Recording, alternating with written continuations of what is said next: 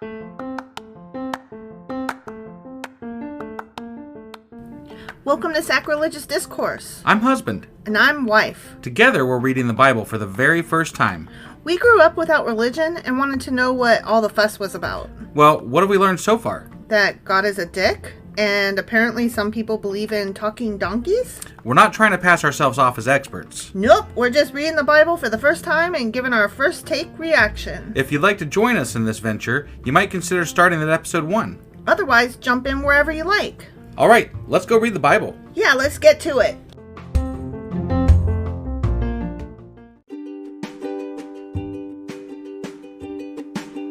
Hey wife, did you know that Anchor is sponsoring our show? Really? Don't we use Anchor to distribute our podcast on Spotify and Apple Podcasts? Yeah, and we are on just about every other platform available as well, thanks to them. Why do we use Anchor as our podcasting service? Well, they make editing and distributing our show a breeze.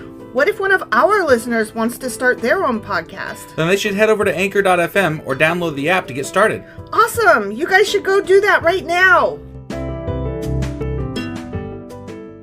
Husband! Wife! Do you remember what the fuck happened last week? Because I had to ask you what the fuck happened last week and what chapter we're on. I really don't remember, actually.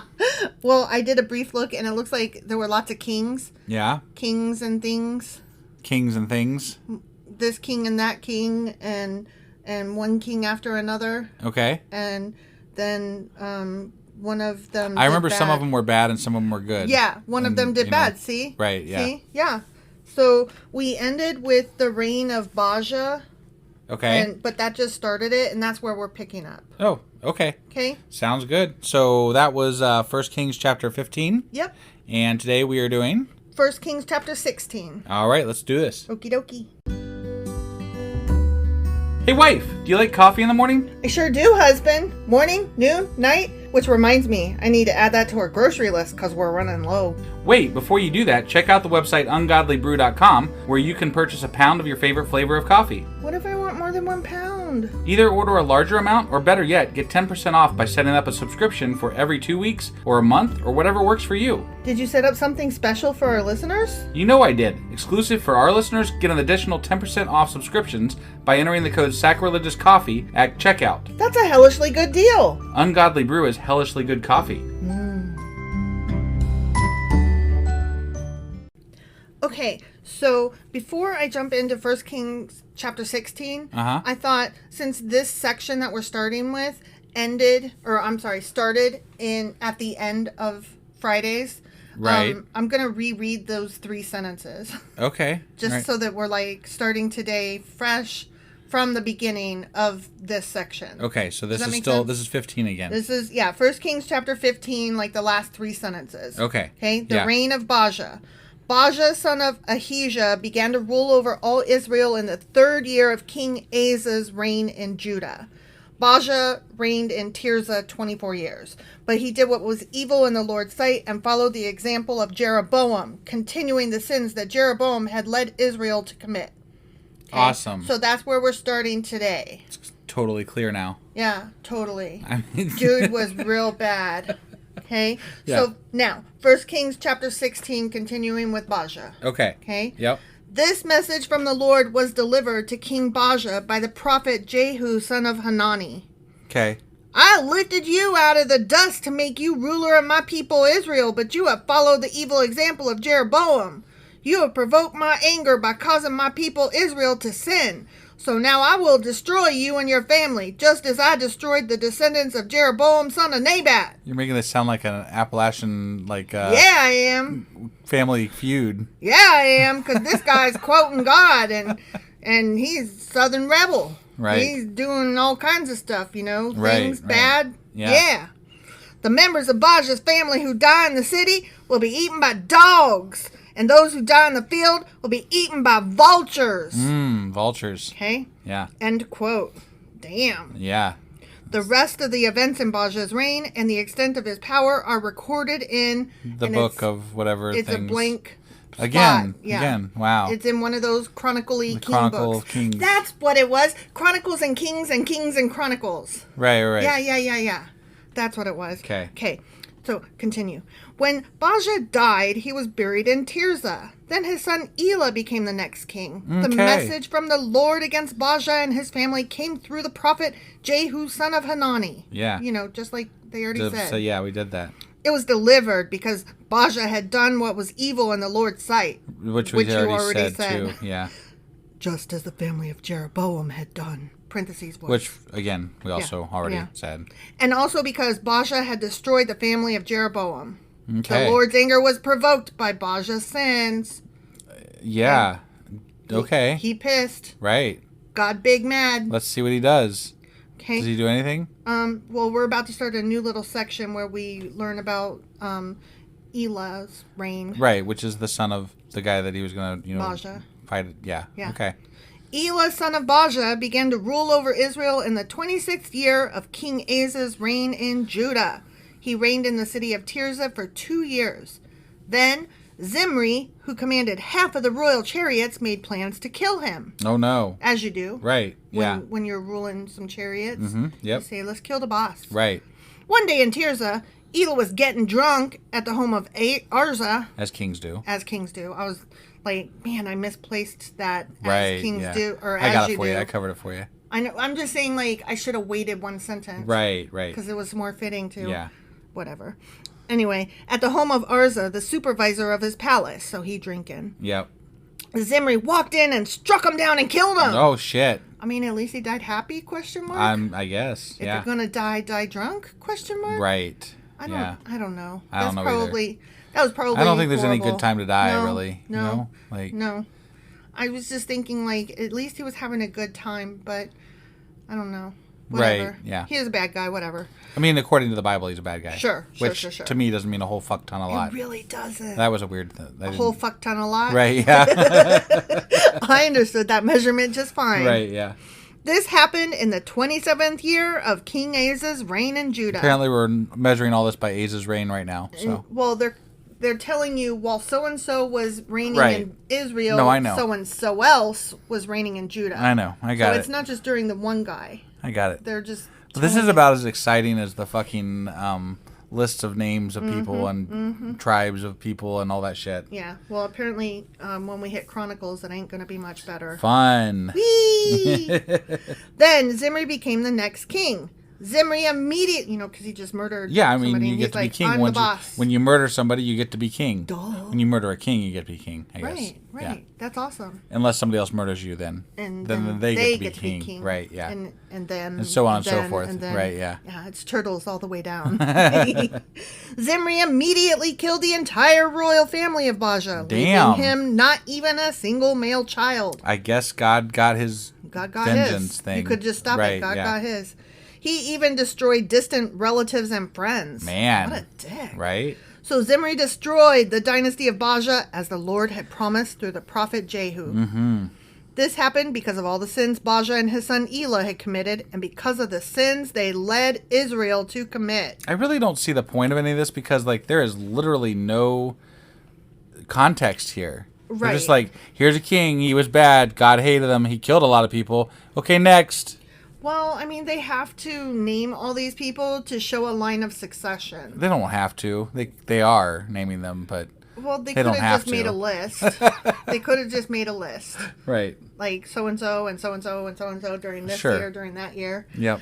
They provoked the anger of the Lord, the God of Israel, with their worthless idols. Mm-hmm. The rest of the events in Elah's reign and everything he did are recorded in one of those books. Yep. That's just so weird to me. Yeah, I feel like we almost need to get the actual book here instead of reading off this so that we don't fuck it up like this. Well, yeah, probably. I'm just saying. But, this is free, and I don't want to buy a Bible. Right. And I don't really want to borrow one from the library either. Yeah. So I'm just going to stick with what I know. Okay. All right. I mean. Yeah. Do you want to buy a Bible? I do not. I do not. Do you want to check one out from the library? Nope. Okay, so I guess we got what we got. We got what we got. Zimri began to rule over Israel in the 27th year of King Asa's reign in Judah. But his reign in Tirzah lasted only 7 days. Oh, shit.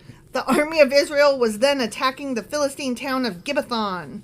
When they heard that Zimri had committed treason and had assassinated the king, that very day they chose Omri, commander of the army, as the new king of Israel. They were like, fuck you, murderer. You're not going to take over. So Omri led the entire army of Israel up from Gibbethon to attack Tirzah, Israel's capital.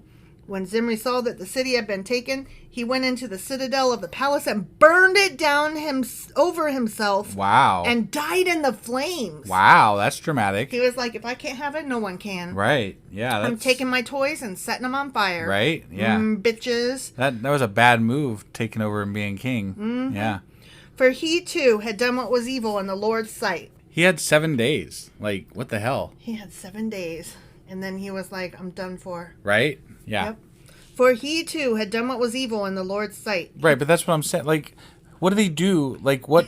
He had fucking 7 days. What did he do that was fucking evil? He murdered the guy to get in. But God wanted that done. But they were supposed to be anointed by Levites. The kings are supposed to be appointed. And I don't feel like any of this shit's happening, like, correctly. It's not. And God just willy-nilly offers up punishment as he feels fit, according to the Bible. I don't think that any of these are punishments. I think it's just, like, a list of what happened. Right. And then when it's something beneficial or something that, like, goes with the flow, then we're like, oh, that was God that did that. Right, yeah. Oh, God did that. No, totally. Right? Yeah.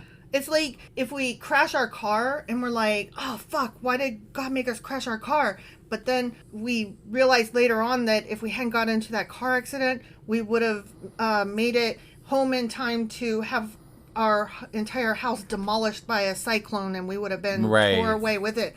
Well, God sure saved us when he made us get into that car accident. Right. It's like when you're armchair quarterbacking, everything can be made to fit pattern. Yeah.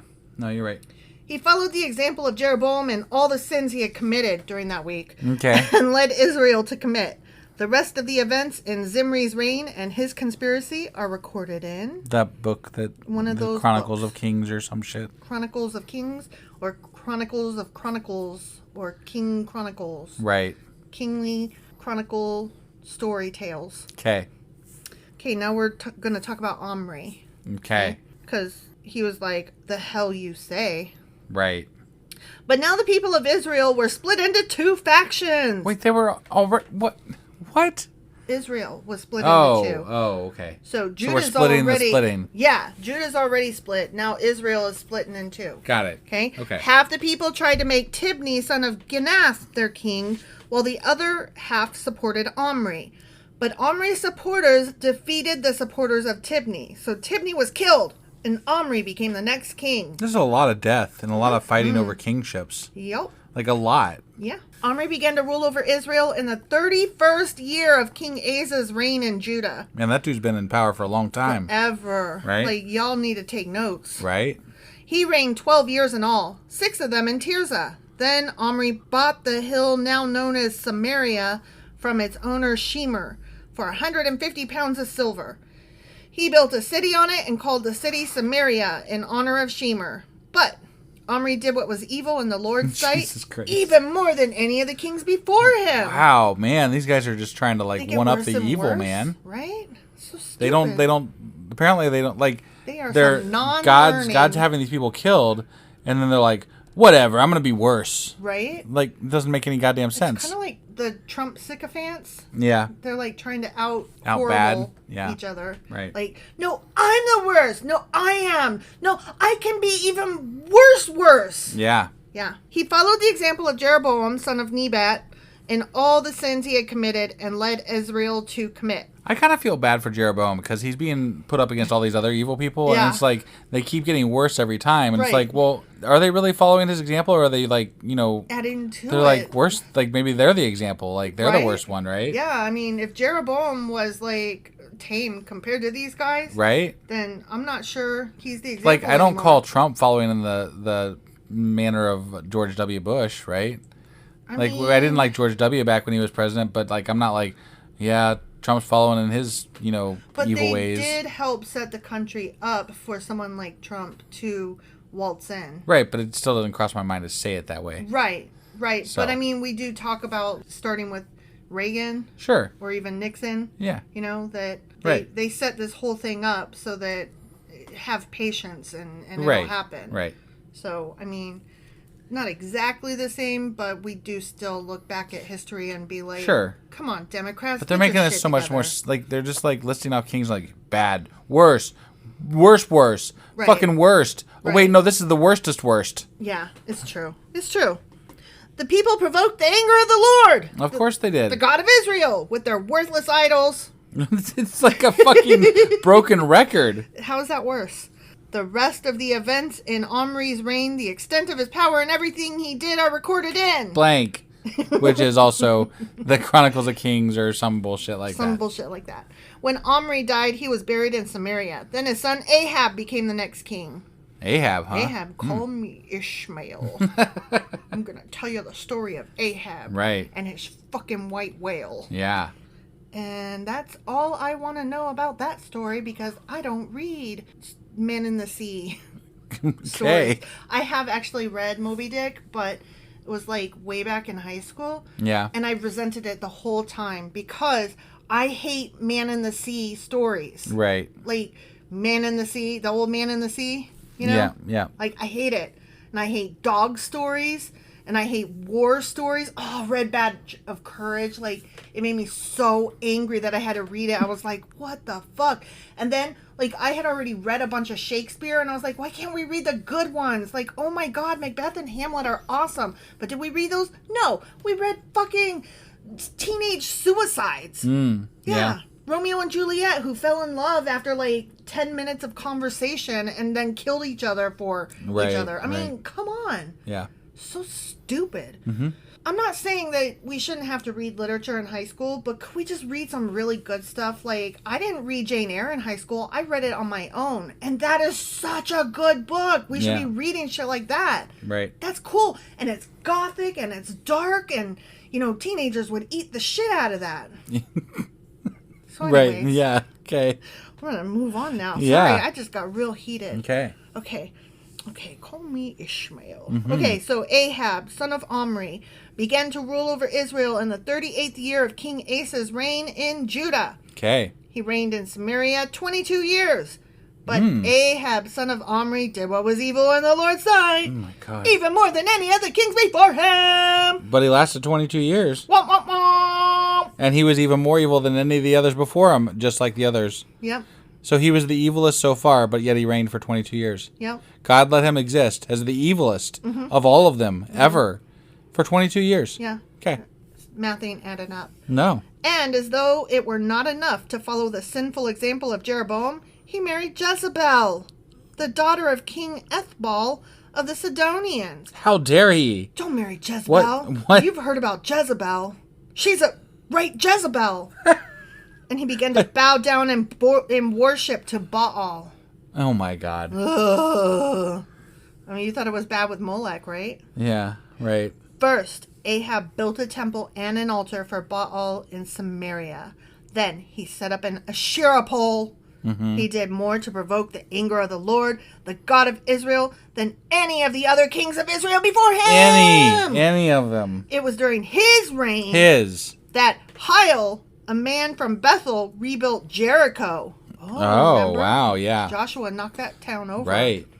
When he laid its foundations, it cost him the life of his oldest son, Abiram. That's sad. And when he completed it and set up its gates, it cost him the life of his youngest son, Segub. That's really sad. That is sad. Poor guy. But you know what? What? They were fucking told, don't ever build on this grounds again. Yeah. I remember that. But they also have been told lots of things that they don't apparently remember either. Well, They don't even know that God is powerful enough to kill them because they're being evil. And then God doesn't kill them, so then how would they even know to know? it's true. So, like, I don't really believe half the shit that they tell me. And are they, all of them individually reading the book of instructions? I don't think so. I don't think so either. No, like, most people can't read back then. Yeah. So they had to rely on people telling them stuff. And apparently if those- the kings are telling them not to tell them stuff, nobody fucking knows. Yeah. Yeah. So, like, I call bullshit on all this stuff. I do too. This all happened according to the message from the Lord concerning Jericho spoken by Joshua, son of Nun. The end. Okay. Yeah. I mean, that's what I was just quoting just then. Yeah. Joshua said, no land should be built, nothing should be built on this land. Right. Yeah. No, okay. It took me a second to, like, they pulled that Joshua son of Nun out of, like, left field there. They're like, remember? Like, oh, shit, man, you're big callback there. Okay, the only reason that I remember his name is Joshua is because of the song that you've never heard of. That goes, Joshua fit the battle of Jericho, Jericho, Jericho. Joshua built a battle of, I said built, fit the battle of Jericho, and the walls came tumbling down. Right, yeah. See? Never heard that. I know, but I have. And that's why I remembered Joshua was the one that had to do with Jericho. It's good on you. Yeah. All right. But I can't remember anything else. So that was a lot of fucking kings, and they kept getting eviler. Like, by the time they got to the end, they were nearly the fucking devil. It's true. I think that's my theory anyway. They were worshiping I don't know Baal. how. Right? It doesn't get more devil-y than that, right? I guess. They were worshiping Baal back in fucking Moses' time. Right. So I don't really... nothing has fucking changed. Right. Nothing. Like, over 1,000 years, nothing has changed. Like, I just... This whole thing just sounds like they don't give a fuck about Yahweh. No, they don't. At all. They don't. And I'm like, okay. So you're not convincing me that this is, like, legit shit. Because nobody that was living back there with God knows anything about this dude or cares anything about him. And more than that, they aren't following his fucking rules, and they're going completely against him. And we haven't seen hide nor hair of him any time in the last at least 1,000 years. I mean, right. I at least to my knowledge anyway.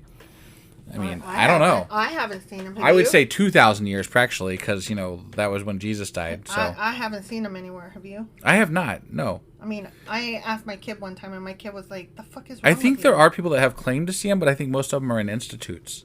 Or lying. Or lying. Or both. Or both, yeah. I'm not going to say that just because you're a liar doesn't mean you can't be crazy and vice versa. Very true, very true. And I understand that you're not supposed to call people with mental health problems crazy, so apologies for that. But when it comes to religion, I sometimes just can't help myself. Right, Those people cray. Right. What you gonna do? I don't know. You're going to get eviler and eviler, apparently. All right, well, that was 1 Kings chapter 16. And tomorrow we'll be back with 1 Kings chapter 17. We'll see you then. Bye.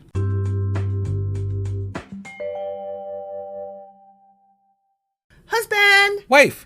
Do you remember what happened yesterday? There were some kings, and we read kings, and there was more kings, and each king was worse than the last, and was the worst ever. I feel like I said this yesterday. That's all I can remember. But then there was also a guy who rebuilt one of the palace thingies on top of oldest and youngest Jericho. son died. Yeah.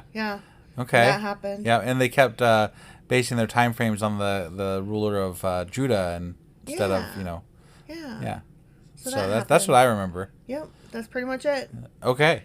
So that was 1 Kings chapter 16. Yep. And today we'll be reading 1 Kings chapter 17. All right, let's get into this. Okie dokie.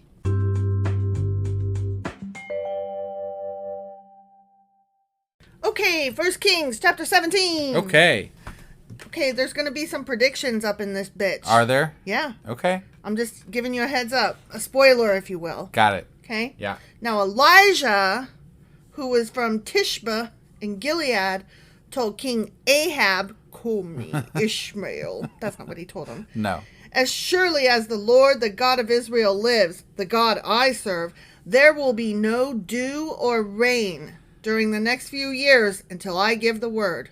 Until he gives the word. Yeah. Okay. Then the Lord said to Elijah, go to the east and hide by Kerith Brook, near where it enters Jordan River. Drink from the brook and eat what the raven brings you, for I've commanded them to bring you food. Oh, okay. Okay. So for years, there's not going to be rain or dew. Mm-hmm. Like no liquid coming from the sky. Yeah. Oh, okay. Yeah. All right. That's what I just said. Until this guy commands. Was it God that's commanding or the guy? Well, the guy said, his name is Elijah, and he said, as surely as the Lord God of Israel lives, yeah, then there's not going to be any rain. So Got it. He's basically saying, like, I happen to know because of God that there's not going to be any rain. Okay, bye. Okay. All right. And then God is like, Elijah, you need to go sit by this fucking river and eat crow food. Got it. Okay. Yeah, interesting. Okay. I guess. So Elijah did as the Lord told him, said to him. Yeah, that. And camped beside. Oh no! Oh, I scrolled again. God damn it! Oh no! What the hell? Okay, there I am. I was trying to pronounce words. Yeah. And my thumb hit a thing. And right. Then, Your thumb is just like the bane of our podcast existence. look, we can't all have good thumbs. Okay. Some of us have to be fuck ups, and I volunteer as tribute. Well, your thumb does anyway. Fuck off. Okay, so Elijah did as the Lord told him and camped beside Kerith Brook, east of the Jordan. Okay. The ravens brought him bread and meat each morning and evening, and he drank from the brook. But after a while, the brook dried up, for there was no rainfall anywhere in the land. Right, as they said, yeah. Then the Lord said to Elijah, "Hey, now we're done with you living by the river." Okay. This is what he said. Ready? I'm ready. Go and live in the village of Zarephath. Yeah, go to that village. Near the city of Sidon. Of course, yeah. You know. Right. I have instructed a widow there to feed ya. Okay? What is this about? Like, It's about Elijah. I know, but why is he being fed by crows and witches? Because or Elijah, whatever. No, is it a witch? You called her a witch. She's a no. widow. Widow. Might as sorry. well be a witch, right? Whatever. Yeah. We all know about ladies that live by themselves. Witchy witches. This is about Elijah. He's a prophet or something. Okay. All right, sure. So he went to Zarephath. As he arrived at the gates of the village, he saw a widow gathering sticks, and he asked her, "Would you please bring me a little cup of water?" Yeah. Okay? A little water in a cup. Mm-hmm. As she was going to get it, he called to her, "Bring me a bite of bread, too." Okay. But she said, "I swear by the Lord your God that I don't have a single piece of bread in this house. Oh. And I only have a handful of flour left in the jar and a little cooking oil in the bottom of the jug. I was just gathering a few sticks to cook this last meal, and then my son and I will die." Wow. Yeah. Jesus. Sorry, we're about to die of starvation tomorrow. Yeah, right? Yep. But Elijah said to her, "Don't be afraid. Go ahead and just do what you said. Go ahead. Go about your business. Okay. But make a little bread for me first. How? Then use what's left to prepare a meal for yourself and your son." Wait, what? Okay. Hold on a second here. You're getting ready to die of starvation, right? And you got your son to feed, right? Mm-hmm.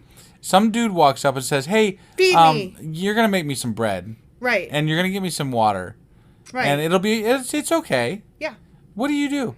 I say, "Get the fuck out of here!" Right? I'm like, "Okay, I'll be right back," and then I go to my house and I lock lock my doors. Like, there's some crazy fucker out here. Yeah. Like, let's just. I mean, if she's a widow, where did she suddenly get enough food to make bread? It was just flour crumbs, and now all of a sudden it's a loaf of bread. Yeah.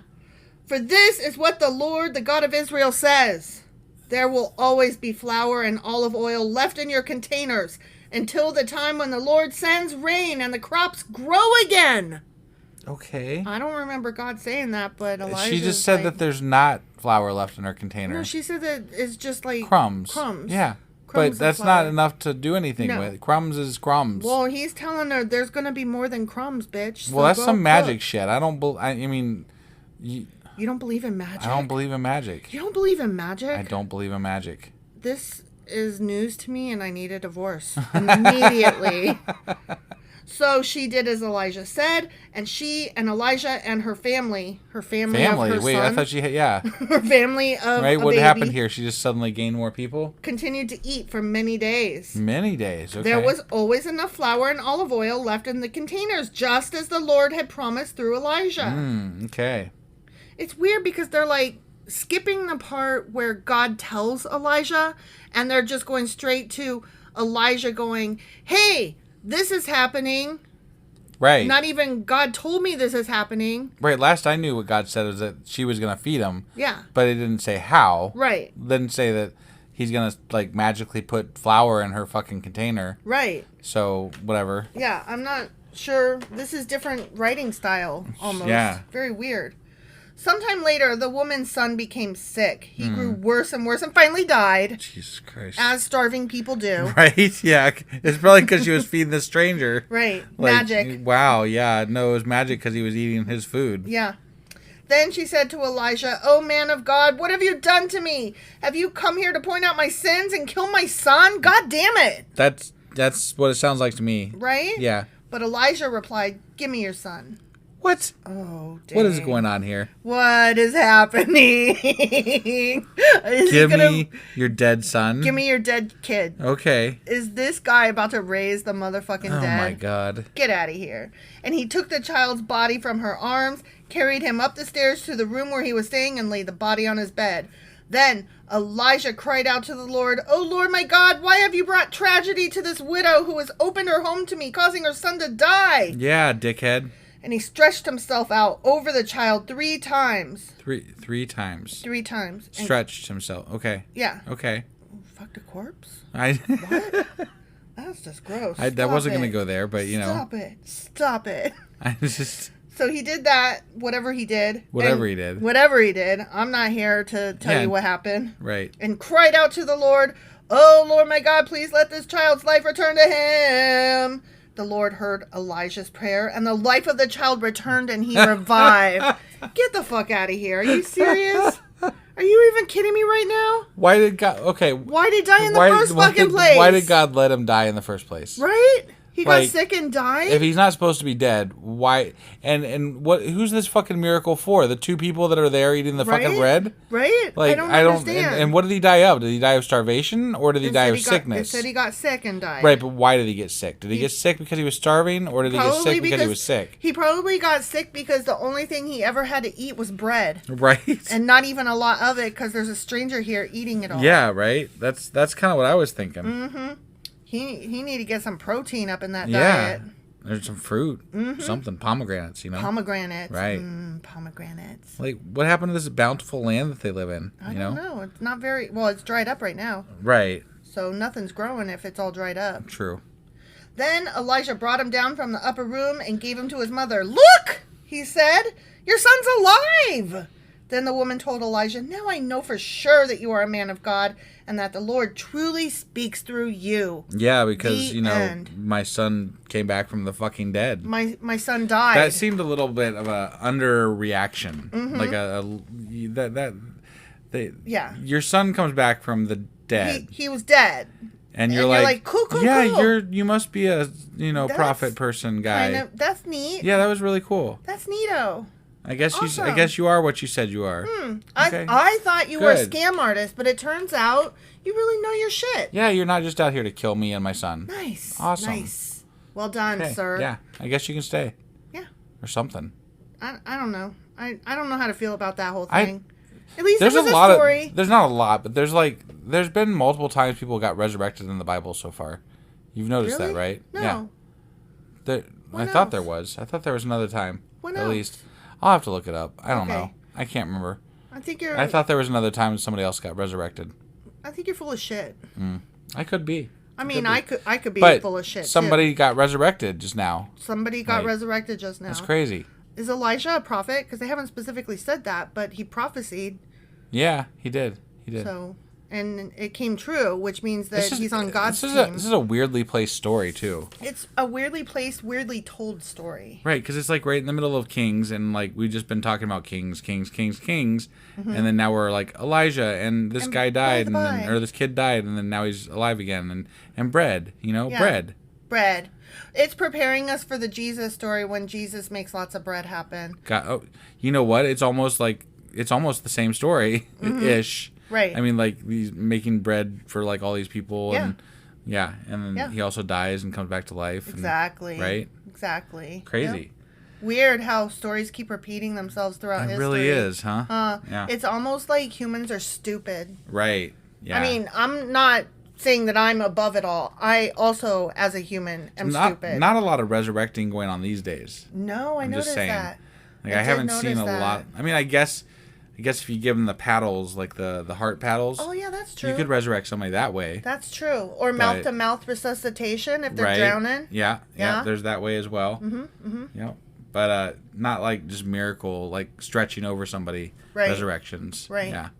I mean, there's all those stories that you hear all the time about people get together and pray, and then the person that they were praying over in the hospital is miraculously healed. Yeah. But that's never happened to anybody that I know personally. Right. Or, well, like, but I'm not discounting the like. Okay, I can get on board with like positive energy, right? Like I don't know, like it's not.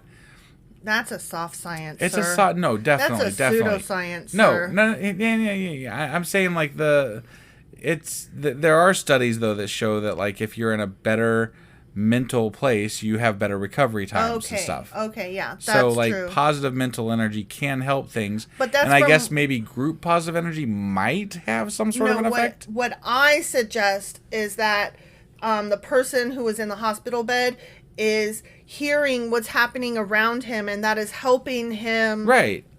What he's hearing is going into his subconscious, and so yes, his subconscious is in a better mental state. Right. So right. he is able to self-heal better. Sure. Faster. Yeah. More easily. Whatever. Yeah. Sure. That makes perfect sense. But also a lot of really good people in great mental places die. And cancer kicks their asses. And that's... Definitely. So what you gonna do? Because there's not a God. It's just, It's all willy-nilly. At some level, it's all science. It's just a matter of we don't understand it all. Sometimes the science works better than others. Right. And sometimes when you pour vinegar and baking soda into your toilet, you get a volcano, and it's awesome. Yeah. All right. Well, that was 1 Kings chapter 17. It sure as fuck was. And tomorrow we will be reading 1 Kings chapter 18. We'll see you guys then. Sure as fuck will.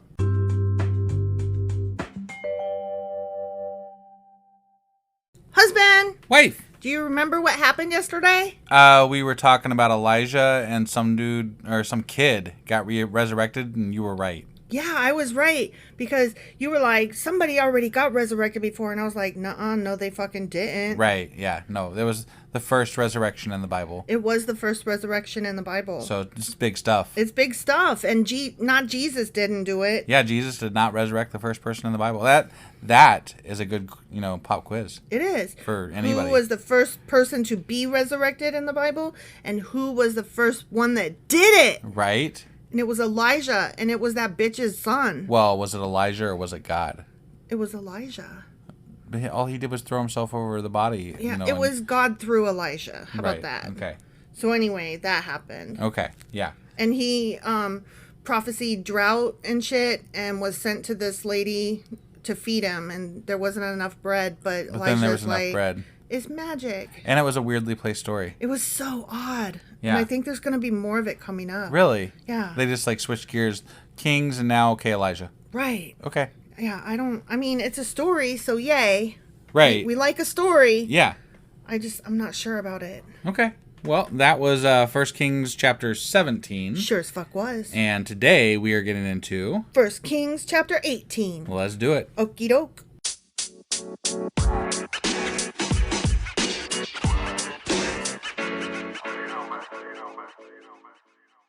Okay. 1 Kings chapter 18. Okay.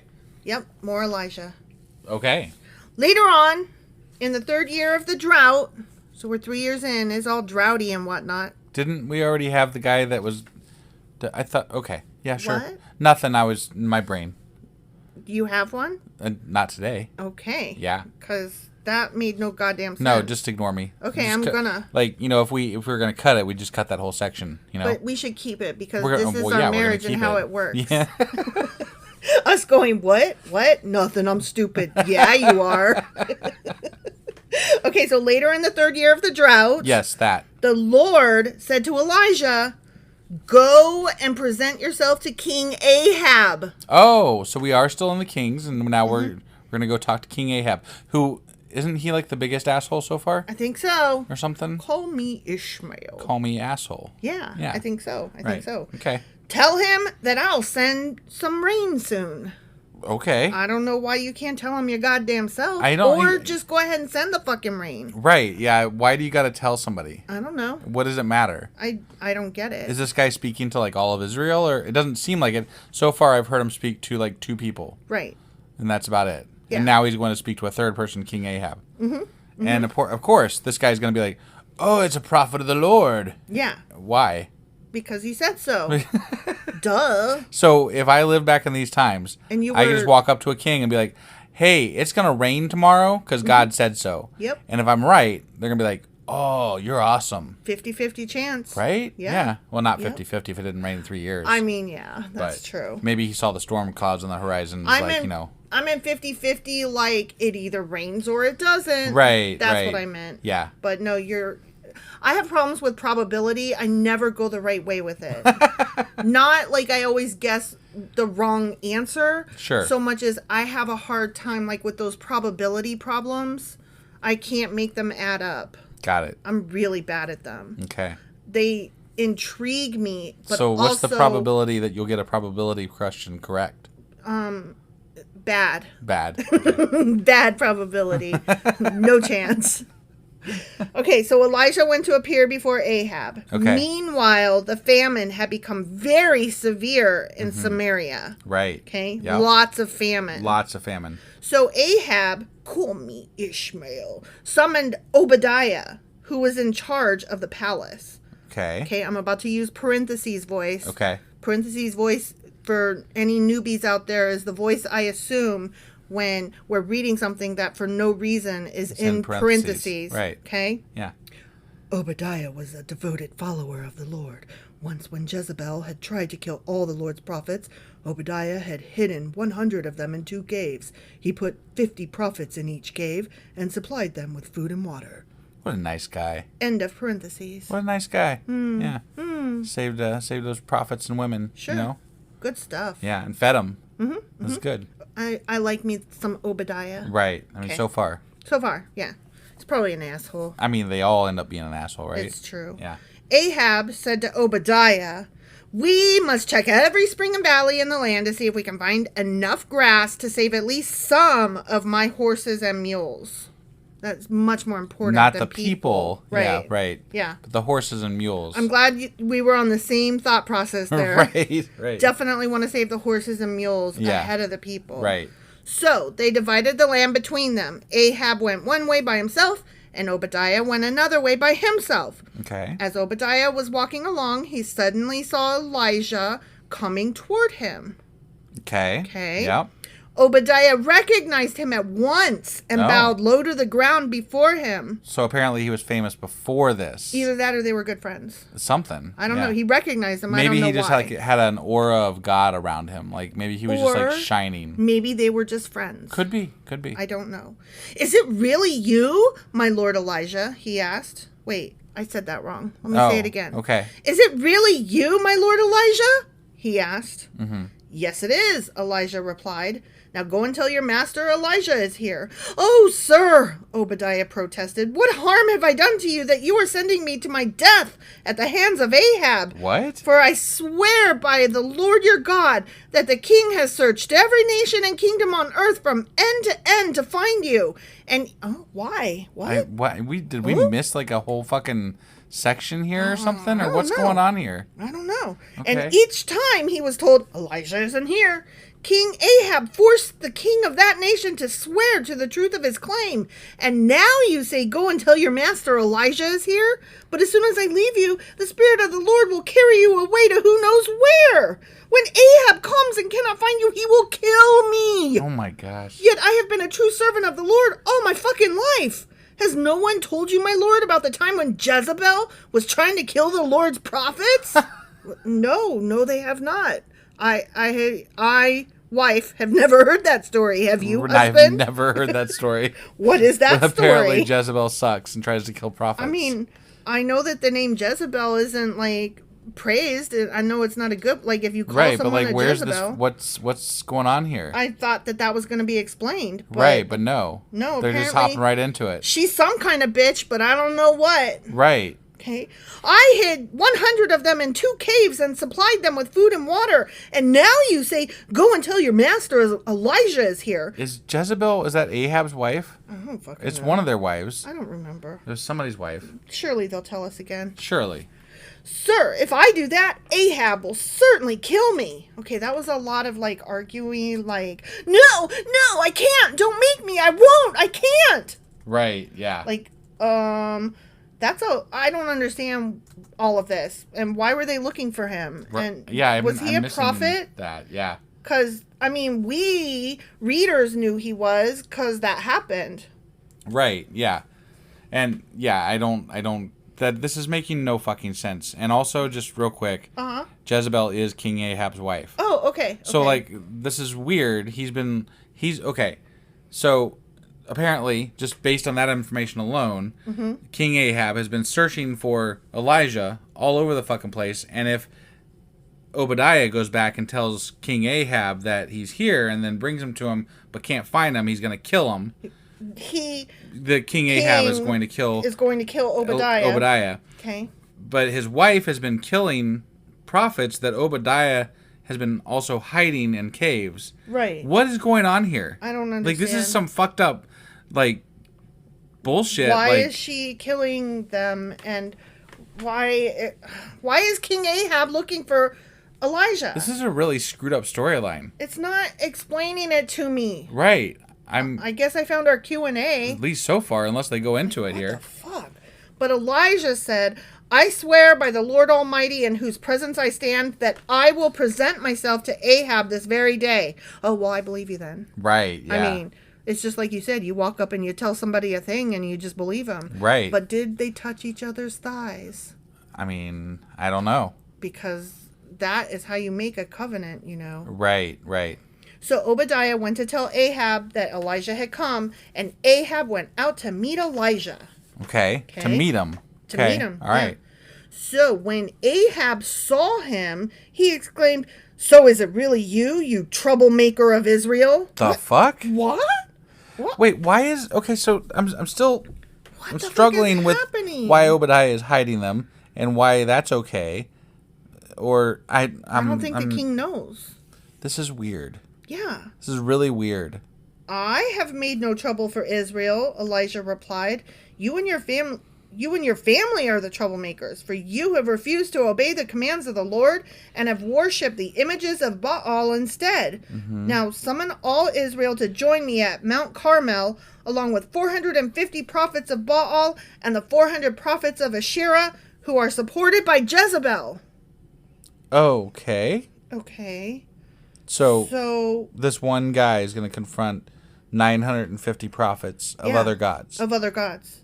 He's going to tell them what for. And, okay. But, okay, all right. But this is making a little bit more sense in that, so they have been worshiping these other gods. So that's why they're trying to get rid of the Yahweh followers. Right. And that's why they must have heard about Elijah, which but they've left out a lot of fucking story here. No, yeah, totally.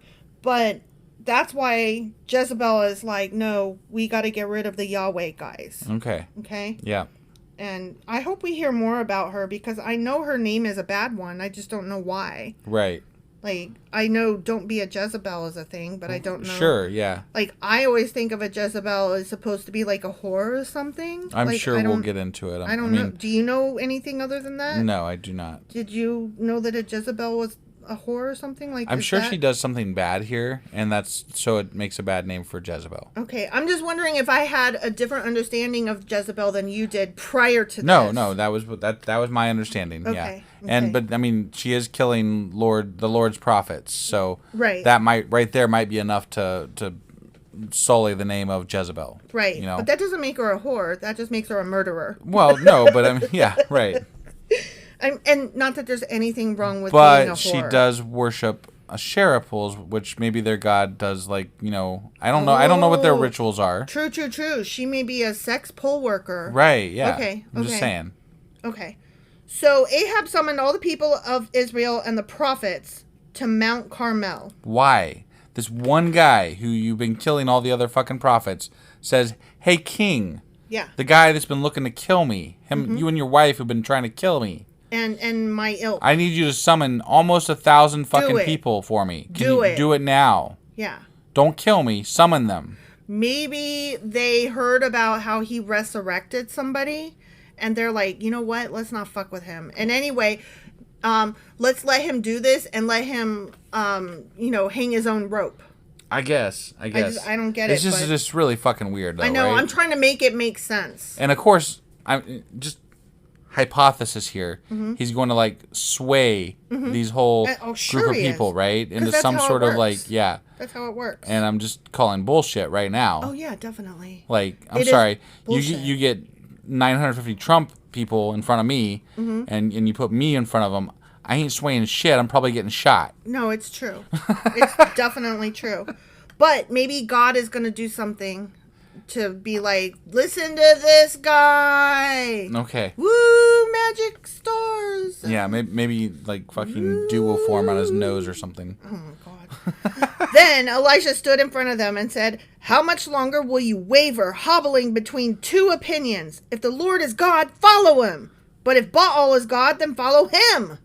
They are following Baal, aren't they? I think they're trying to do both. They're like, let me check both Right, boxes. but they've been doing that for like 1,000 fucking years. Well, but Elijah's not having it. Yeah, but no, okay. I don't know. I'm so frustrated right now. I'm Like, very- these fucking people are just fucking stupid. No, okay? I agree, and I'm They keep- frustrated too, but I'm just saying, like, he's telling them don't. This is like the worst fucking soap opera on the planet. Oh, it's terrible. Like, It's terrible. is he gonna marry him or not? I don't fucking know. 3 years later, and you can walk back in on the storyline, and nothing has changed. Right? Yeah. But the people were completely silent. Okay. That's nice of them. I mean, yeah. Then Elijah said to them, I am the only prophet of the Lord who is left, but Baal has 450 prophets. Now, bring 2 bulls. Oh, there's going to be a contest. I think I kind of know something about this. Oh, really? Yeah. And their God isn't going to do anything. Okay. And his God is. I mean, it's the Bible. No, I know. I know. Okay, so he says, now bring 2 bulls. The prophets of Baal may choose whichever one they wish and cut it into pieces and lay it on the wood of their altar, but without setting fire to it. I will prepare the other bull and lay it on the wood on the altar, but not set fire to it. Then call on the name of your God, and I will call on the name of the Lord. The God who answers by setting fire to the wood is the true God. Okay. Why is that the test? I don't know. God, set fire. There's so many ways you could like manipulate this test here. Just make me fly. I don't know. I mean, you could have a smoldering whatever. Yeah, I'm just saying, even if this were the test, like you could fake this. Okay. You know? I see what you're saying. Right. What I'm saying was- scientifically, like, you know? Right. No, there's ways to fudge this and make it go Right. your way. Yeah. But what I was saying is that there's other ways to prove that God, like, you don't have to go to such extremes. God You could just fucking present him goddamn self. He could change their hearts. Right. He right. is God. He's presented himself to Elijah, apparently. Mm-hmm. Why does he have such a problem presenting himself to other people? Because he's a fickle bitch. I don't understand it. This guy is very Why is it fickle. he chooses some people to talk to but not others? And I don't understand. You're speechless. I am a little bit. You're going, Well, I mean, you're like, how? Why? What? it makes no fucking sense. No, I totally agree. And it just makes no sense. That's all. I'm sorry, it's frustrating me. It is darling. frustrating me. Okay, so he said all that, and all the people agreed to this contest. Okay, sure. Then Elijah said to the prophets of Baal, you go first, for there are many of you. Choose one of the bulls and prepare it, and call on the name of your God, but do not set fire to the wood. Right. So they prepared one of the bulls and placed it on the altar. Then they called on the name of Baal from morning until noontime, shouting, "Oh, Baal, answer us!" But there was no reply of any kind. Maybe Baal just didn't feel like fucking around with his stupid Right? ploy. Like, that doesn't mean that he doesn't exist any more than Yahweh Right? Maybe does. Baal's like, I ain't got fucking time for this bullshit, guys. I'm a god. I don't come Fuck to you. off. You don't call me. You don't Right? demand what I do. You're Yahweh guy. He can fuck around with you guys if he wants to, Yeah. but like I ain't got time do for what this I shit. do. He do what he do. Right? Then they danced, hobbling around the altar they had made. Hobbling. Not dancing. Right, Hobbling. hobbling. Yeah. About noontime, Elijah began mocking them. That's rude. Wow, That's yeah. mean. I mean, we're mocking them, but But they're already all dead, so how? you know Well, okay, but here's the thing. there's nobody to get their feelings He's hurt. mocking them, and I'm like, but you're gonna do the same thing for your God. Yeah. What's the difference His God's gonna light the fucking fire. in the story? But really, honestly, like, I'm just like, how are you going to make fun of them when you're honestly going to do the same fucking thing that they're doing? Yeah, they were singing the Billy Joel song around their fire. We didn't start the fire. I picked up what you were laying down. That was great. Right, yeah. Okay. Yeah.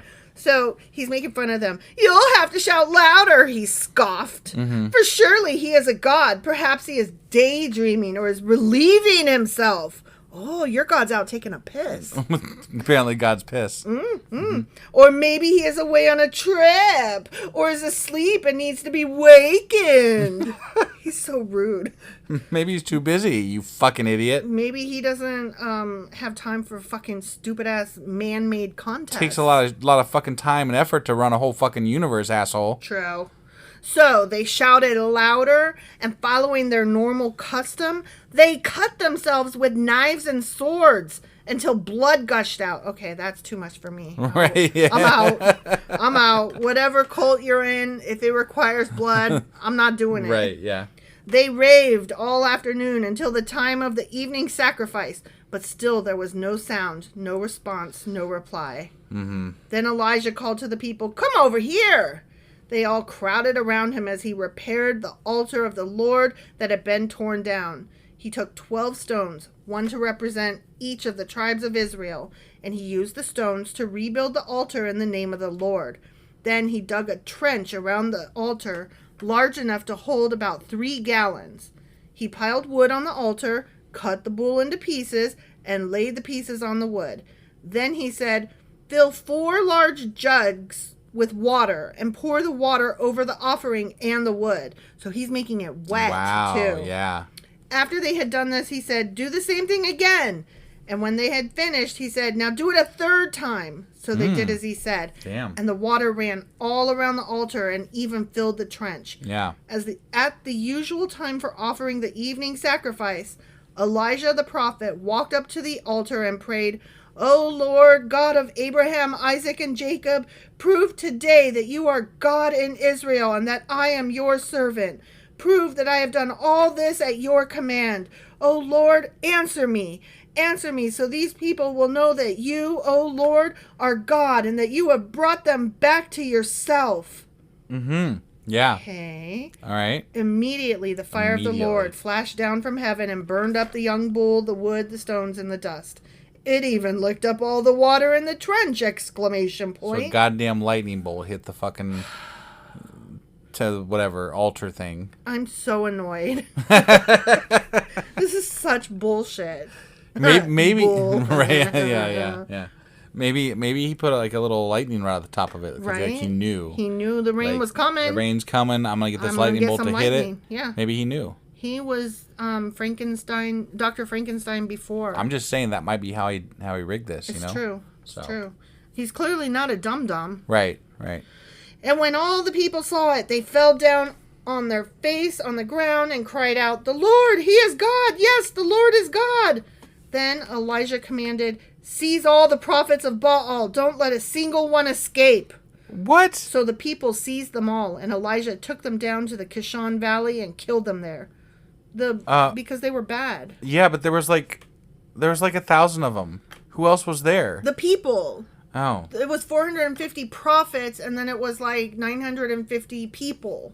Or some shit like that. Got it. So he was talking to the witnesses, the people that were there. Okay. Like, grab them prophets, because they're clearly fucking false. Yeah. They're all right. telling lies. I think these fuckers just like to kill people. That's what I think. I think you ain't wrong about that. Like, if they witnessed the same thing, wouldn't they be converted too? Like, Let me ask you this. So, God is at your command. You can make him prove anything.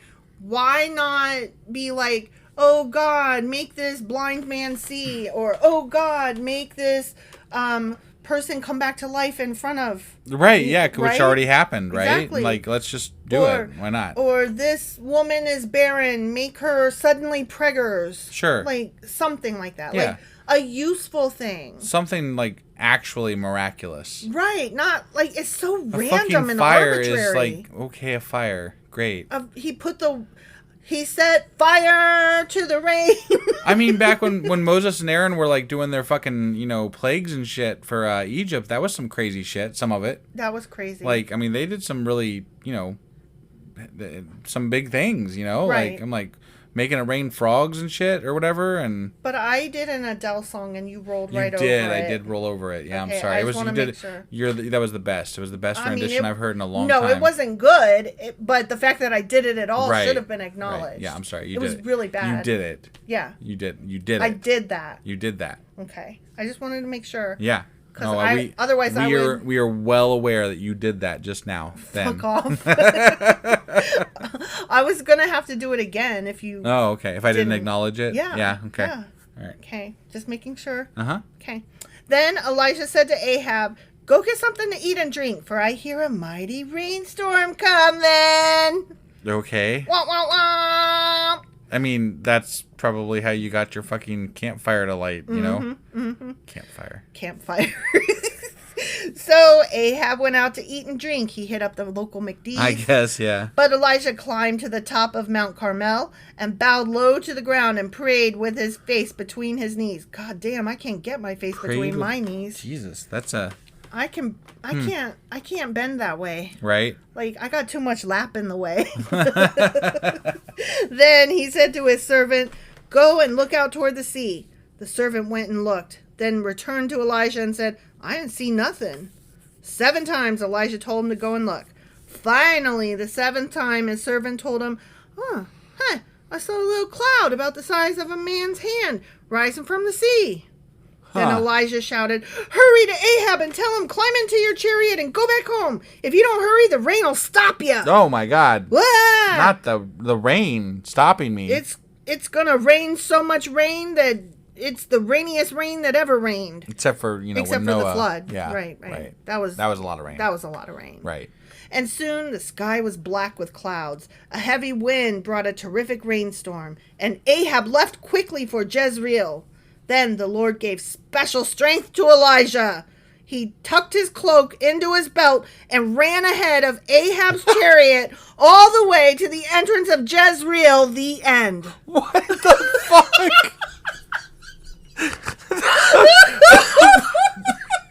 Elijah turned into fucking Sonic the Hedgehog? What the fuck is going on here? What the fuck is that? It's our first superhero. Out of the blue, he just went... He scooted. What? He's a scooter, that Elijah. Oh, Jesus Christ. Boy, that man can really scoot. Okay. So that happened. Yeah. I don't even know what to say. It's like we're missing some story. We filled in the blanks, but not comfortably. Yeah, and now we have like the Flash as the Flash. Okay. Like that just came out of nowhere. Yeah. What was with the tucking in? Like he tucked in his shirt so he wouldn't trip over it. I guess. Isn't that what you do when you go for a run? I mean, I know it's been a while. I'm still struggling with the fucking the running thing. Like this is ridiculous. He ran so fucking fast. Yeah. He was a fast runner. Okay. I mean, I wonder how fast chariots go, you know? Like maybe they only go like 8 miles an hour or something, you know? I don't know, but I would imagine that they go faster than that because they're horse drawn, yeah. But maybe they go slower so that when they hit a ditch, they don't, like knock the king out of the chariot. Okay, all I can think of is like the Christmas song with the horse pulling the sleigh and do do do do do do do do do do do. And some prophet just fucking bolts on by. Yeah. Either that or the White Witch in Narnia. Yeah. And she's being pulled along her sleigh. Yeah. You know? Right. Like those are the 2 sleighs that come to my mind. When you say chariot, I say sleigh. Chariot, sleigh, chariot, sleigh. Okay. That's enough of that. Let's wrap it up. All right. So that was 1 Kings chapter 18. Yep. And next week we have a race between what's his name? Elijah and Usain Bolt. Okay. Oh my God. Oh no. No, Okay. no. No. Okay. Next week. No, No, tomorrow. tomorrow. What is wrong Fuck. with you? I'm all right. No, I'm not. No, you're It's not. been a long week. It's only Tuesday night as we're recording I know. this. That's the problem. Okay. Now, tomorrow Is Wednesday. we'll be reading. And no, wait. Tomorrow is Thursday for y'all Jesus listeners. Christ. Yeah. And we'll be reading 1 Kings chapter 19, and we got to go now. Bye. Bye.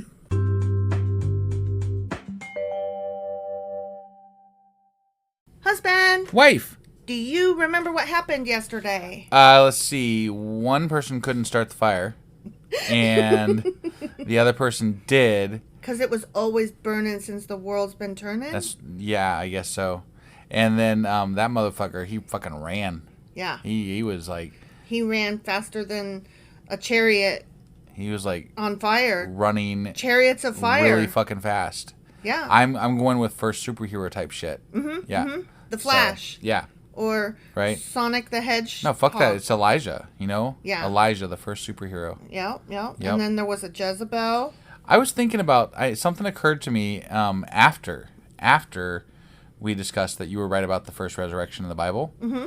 They actually kind of referenced a quote-unquote resurrection with the Witch of Endor. With when she resurrected Samuel. But that wasn't raising him from the dead, so to speak. That was raising his spirit. But that's what I was thinking of when there was another resurrection. Okay. So, okay. like, you know, I wanted to go back to that real quick because I was like, it bothered me afterwards. I was like, I know there was something else, but that was what I was thinking of. Okay. So. Okay. That's fair. I will allow that. Right. Good right. call. It was like a half resurrection, right? So, sort of a kind of resurrection. I mean, was it? I mean, dude was walking around, man. He was talking. He was talking. He was spitting rhymes. And I don't know about that, but he sure as hell wasn't running as fast as Elijah. No, he was not. Nope, Elijah was running real fucking fast. Yeah, he was. Yeah. So that was 1 Kings chapter 18, and today we're getting into 1 Kings chapter 19. Let's do this. Okie doke.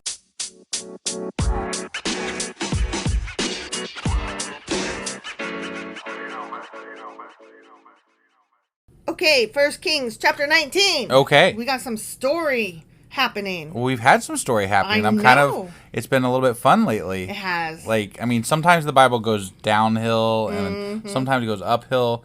It's always really bad, but sometimes it's better good and sometimes Right. it's worse bad. Exactly. True. That is true.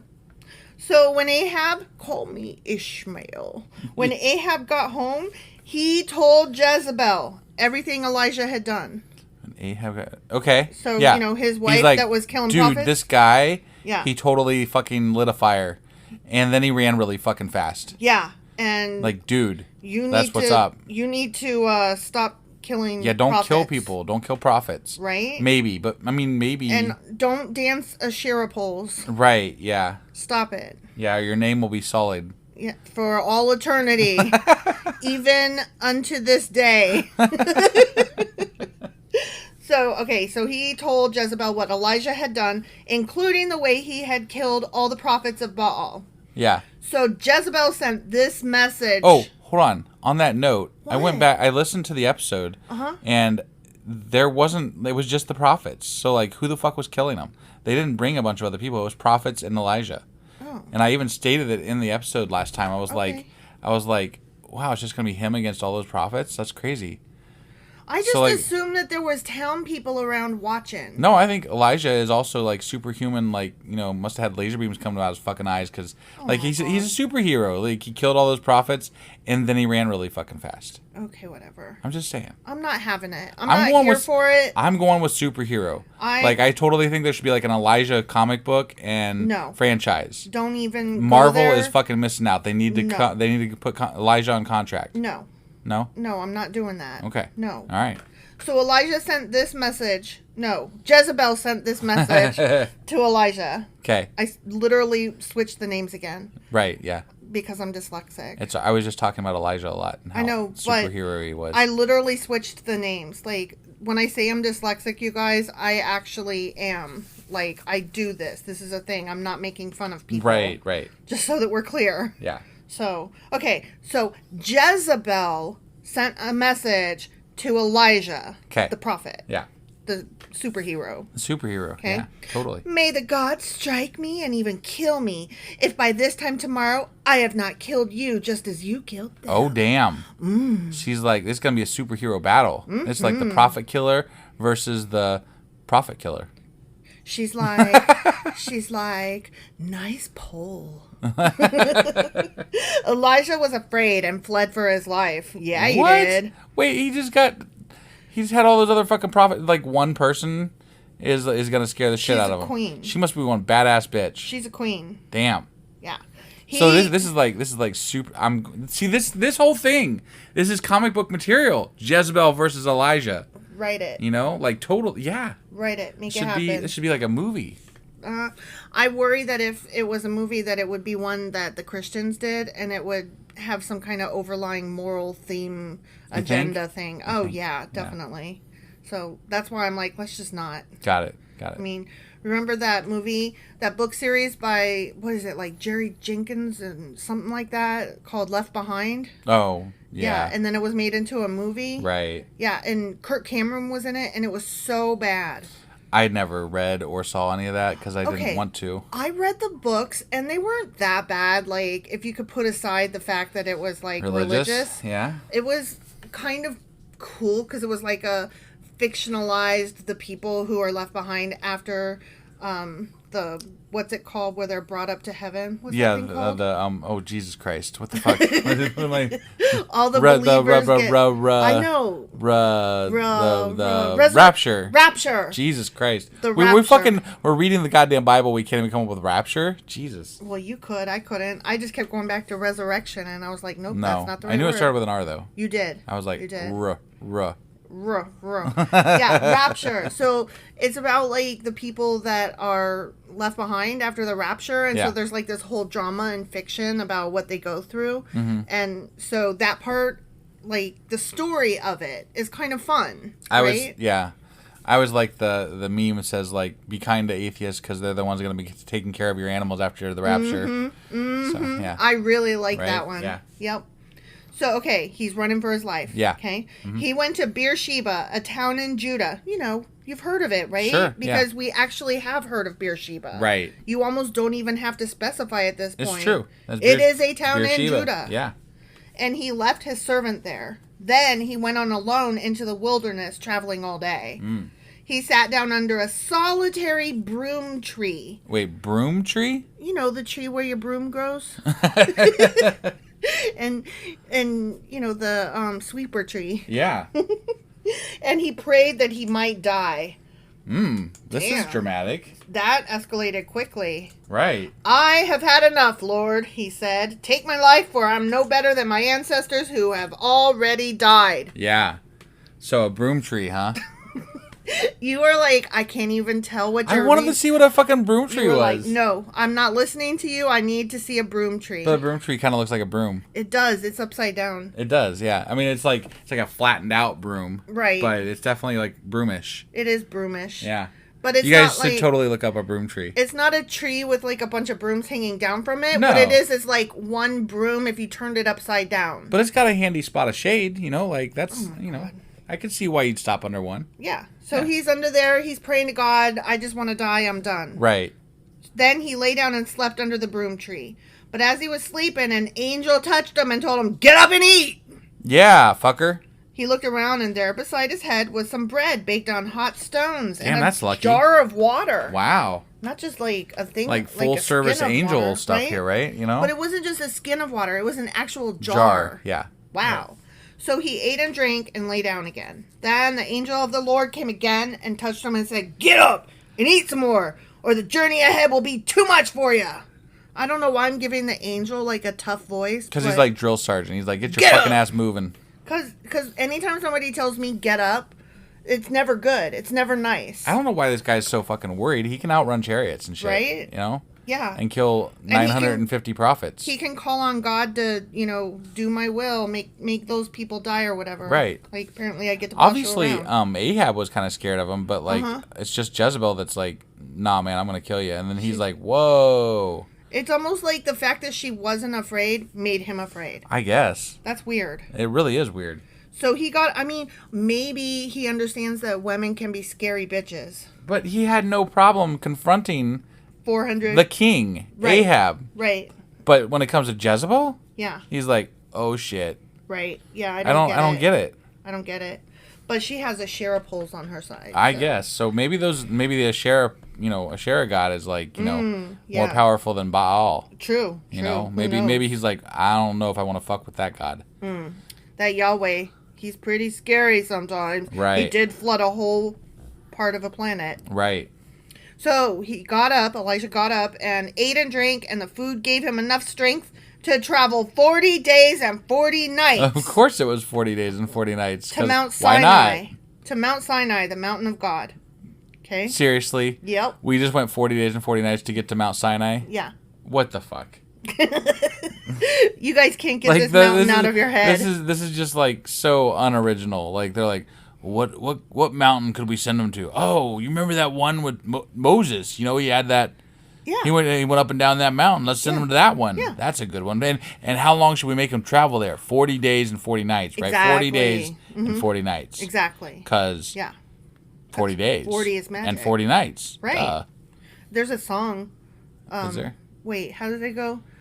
Oh no, it's about the worldly wonders. Never mind. No, wait. 40 days and 40 nights of thunder. Okay. Something.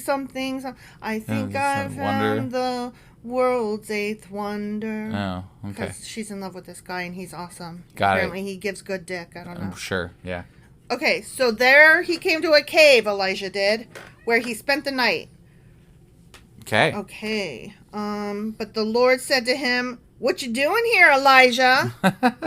Elijah replied, "I have zealously served the Lord God Almighty, but the people of Israel have broken their covenant with you, torn down your altars, and killed every one of your prophets. I am the only one left, and now they are trying to kill me too." They being Jezebel, from what I understood. Right. Okay. Yeah. "Go out and stand before me on the mountain," the Lord told him. And as Elijah stood there, the Lord passed by, and a mighty windstorm hit the mountain. Okay. It was such a terrible blast that the rocks were torn loose, but the Lord was not in the wind. And after the wind, there was an earthquake, but the Lord was not in the earthquake. And after the earthquake, there was a fire. But guess what? Fuck. The Lord was not in the fire. He wasn't. And after the fire, there was the sound of a gentle whisper. Oh. When Elijah heard it, he wrapped his face in his cloak and went out and stood at the entrance of the cave. Okay. And a voice said, "What are you doing here, Elijah?" He replied, "I have zealously served the Lord God Almighty, but the people of Israel have broken their covenant with you, torn down your altars, and killed every one of your prophets. And we literally just said that exact same thing like 2 seconds ago. I know. I'm the only one left, and now they're trying to kill me too." Then the Lord told him, "Go back the same way you came and travel to the wilderness of Damascus." Okay. You wanted to say Zen real bad, didn't you? No, I wanted to say Zamacus. Zamacus. "When you arrive there, anoint Hazael to be king of Aram. Then anoint Jehu, grandson of Nimshi, to be king of Israel. And anoint Elisha, son of Shaphat, from the town of Abel Maholah, to replace you as my prophet." Wait, Elijah's going to replace Elijah? Yeah. That's not confusing or anything. Well, Elisha is going to replace Elijah. Still really fucking confusing. Yeah. "Anyone who escapes from Hazael will be killed by Jehu, and those who escape Jehu will be killed by Elijah. Yet I will preserve 7,000 others in Israel who have never bowed down to Baal or kissed him." 7,000. 7,000 people. That's it. That's it. Once again, I am dooming the majority of the planet to death because Right. I am a piece of shit God. Yeah, okay. So this guy who's the single prophet left can just walk into town and say, "Yo, dude, you're king. You are king next. You You are king here, you are king there, and you, boom, you're prophet. I'm out." I am going to say I am the one super elector, and I'm just going to walk up and be like, "I anoint you president." Yeah. And God then, spoke to me. He told me so. it's done deal, man. It's a thing. And then it's just going to happen, right? And then that's how that works. And then when they come after you, you just be like, "What? It said it in the Bible." Right. Yeah, besides, he's already fucking president. I said so. Yeah. So, get over it. Fuck off. I'm just doing what's in the Bible. It's not my fault. Right? Yeah. Oh, are you saying that what happened in the Bible isn't true? Yeah, right? Come on. Excuse you. What? I was told it's this the is Lord's This word. is a Christian nation. Yeah, I was told that this is a nation that was based on Yahweh himself and that Jesus was white. This is a Christian nation. You guys need to listen to what God told me to tell you. Yeah. So, Stupid. You got to do it. You gotta. Yeah. I don't think that would fly. I mean, we could try it. I'm not gonna. If Trump's king, I might try it. Oh my God. Or Trump's king. I mean, might as well be, right? Oh my God. I don't even want to talk about that. Right, yeah. Okay, so Elijah went and found Elijah, son of Shaphat. I need to, say these correctly. So Elijah went out and found Elisha, son of Shaphat, plowing a field. Okay. There were 12 teams of oxen in the field, and Elisha was plowing with the 12th team. Do you notice there's 12, like the 12 tribes of Israel? Okay. All right. Elijah went over to him and threw his cloak across his shoulders and then walked away. He was like, Elijah out. Maybe that cloak had his superpowers. Maybe that's how he ran fast and how he... It wasn't in his hair. Right, yeah. It's either hair or cloaks, Yeah, It's got to be one. Or magical wieners. Maybe. Magical foreskins. Yes. Right, yeah. Elijah left the oxen standing there, ran after Elijah, and said to him, "First, let me go and kiss my father and mother goodbye, and then I will go with you." He didn't even say... What, he just knows what this means? I got a coat. I know what this means. Elijah replied, "Go on back, but think about what I have done to you." What did you do to him? You gave him the coat. You gave him a fucking cloak. Yeah. What? I got what a did coat. What did he do? I got a coat. But that doesn't... I mean, I can Everybody knows what it means when you get a coat. I can go get one. Yeah. You can go get one. Uh-huh. We could probably find one for our cat. Probably. I'm just saying. My Those sister- things are kind of cute. My sister could crochet one Definitely for the cat. could, yeah. Oh my God, our cat would kill us. Maybe in our sleep, probably, yeah. Yeah, she would sit on my face and murder me. So Elisha returned to his oxen and slaughtered them. Whoa! That came out of nowhere. I'm so sorry. Sometimes I read a few words ahead. This time I was like, wait, what? What word is coming out of my mouth? Oh, shit. He slaughtered his oxen all of a sudden. 1, 2, 3, go. That's really fucked up. I'm so sorry. He's about to leave his parents, and he just, slaughters the oxen out in the field. And Yeah. it's like, hey, Mom, I just killed every bit of help you have. Okay, bye. Elijah out. So Elisha returned to his oxen and slaughtered them. He used the wood from the plow to build a fire to roast their flesh. He passed around the meat to the townspeople, and they all ate. Yeah. Then he went with Elijah as his assistant. The end. Okay. Oh my gosh, I can't with this story. Is it supposed to be symbolic that he slaughtered the 12 oxen? Yeah, it was for God. It was Right. So he's cleansing, I'm guessing, this is just completely a guess, but he's killing 12 oxen, which could represent the 12 tribes of Israel at some level, right? So at some level, by murdering the oxen, he's cleansing the people of Israel in some sense, maybe. Yeah, and he's sacrificing them to God, and it was like an offering. I really hate that I now view the numbers 12 and 40 and stuff like that as fucking biblical signs of things. Yeah. But I do now. Yeah. So, if you're gonna do not that I something- believe them, but No, it but- comes up and I'm like, oh, this is what that is. If you're gonna do something, it's gonna be for 40 days, and Right. if you're gonna kill something, there's gonna be 12 of them, right? I mean, that's basically what it comes down to. Yeah. Or then there was what's his face, the guy that built the golden everything. What did he had 12 shields. Yeah. And But then- he also slaughtered fucking hundreds of thousands of whatevers. Yeah, all the animals. Yeah, all the animals. So that Right. fucked over the 12 thing. Oh, but- and then Moses and them early on when they were given instructions for how to make the ephod thing that he had to wear. Yeah. There were 12 stones. There were. Yeah. Well, I mean, Because it's all symbolic of Yeah. the tribes, yeah. So there's always 12 things. Right. And there's always 40 days. Yeah, and then that one guy cut up his wife into 12 pieces Oh, and yeah, sent them yeah, to yeah. right. Yeah. So There's 12 things. it's 12. Always. It's 12. And 40 days and 40 nights. 40 days and 40 nights. And 12 Sometimes things. it might even take you 40 days and 40 nights to cut up 12 things. Oh. That would be like the That's so meta. yeah, right? Yeah. It'd be like the penultimate of biblical numerology. There is my Zen. And on that note, That was 1 Kings chapter 19, and tomorrow we will be back with 1 Kings chapter 20. See you then. See ya.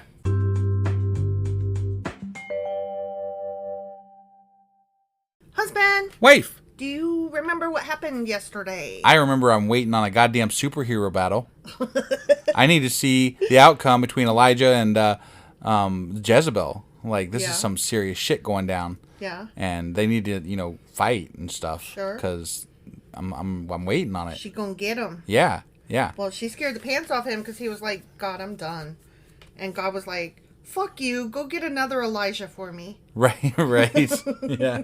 And now Elijah and Elijah Yeah. are partnering up. Yeah. So. And then he had Elijah go name some other people as king of this and king Yeah, of that. but like they were kings that are gonna end up fighting each other. Like, I'm like, who's listening to this guy? I don't know. Like, he's appointing enemies. Like, don't you be like, dude, didn't you just appoint that fucker over there? Yeah. Why are we listening to you? Right. Yeah, I don't know. It's all confusing. It really and is. they slaughtered some shit. 12. 12. Well, Elijah.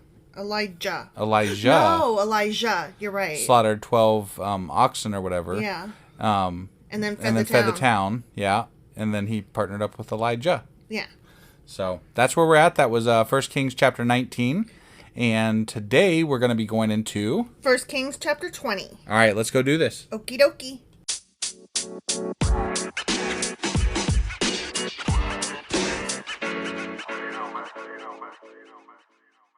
Okay, 1 Kings chapter 20. Okay. About that time. About that time. You know that time. That time. King Ben-Hadad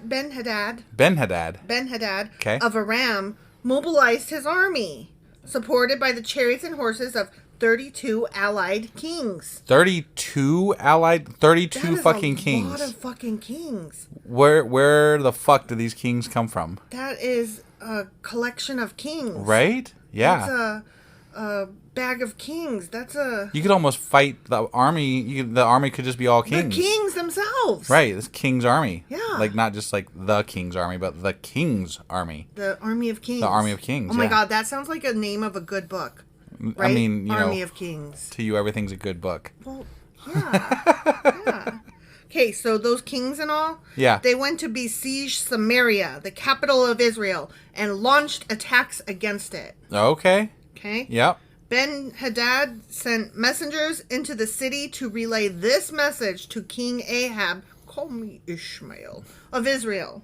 Okay. This is what Ben-Hadad says. Your silver and gold are mine, and so are your wives and the best of your children, but not the shitty ones. Right. Yeah. He literally says, and the best of your children. Right. Yeah. But not the shitty ones. Right. Yeah. Okay. All right, my lord the king, Israel's king replied. All that I have is yours. Take my wife, please. Yeah, just like they're just giving it all up, You huh? can have this kid and that kid, but this one kind of sucks. Not So. that's okay. Okay. Soon Ben-Hadad's messengers returned again and said, "This is what Ben-Hadad says." Hold on. Just 1 second. Just 1 second. They were fighting King Ahab, right? Uh-huh.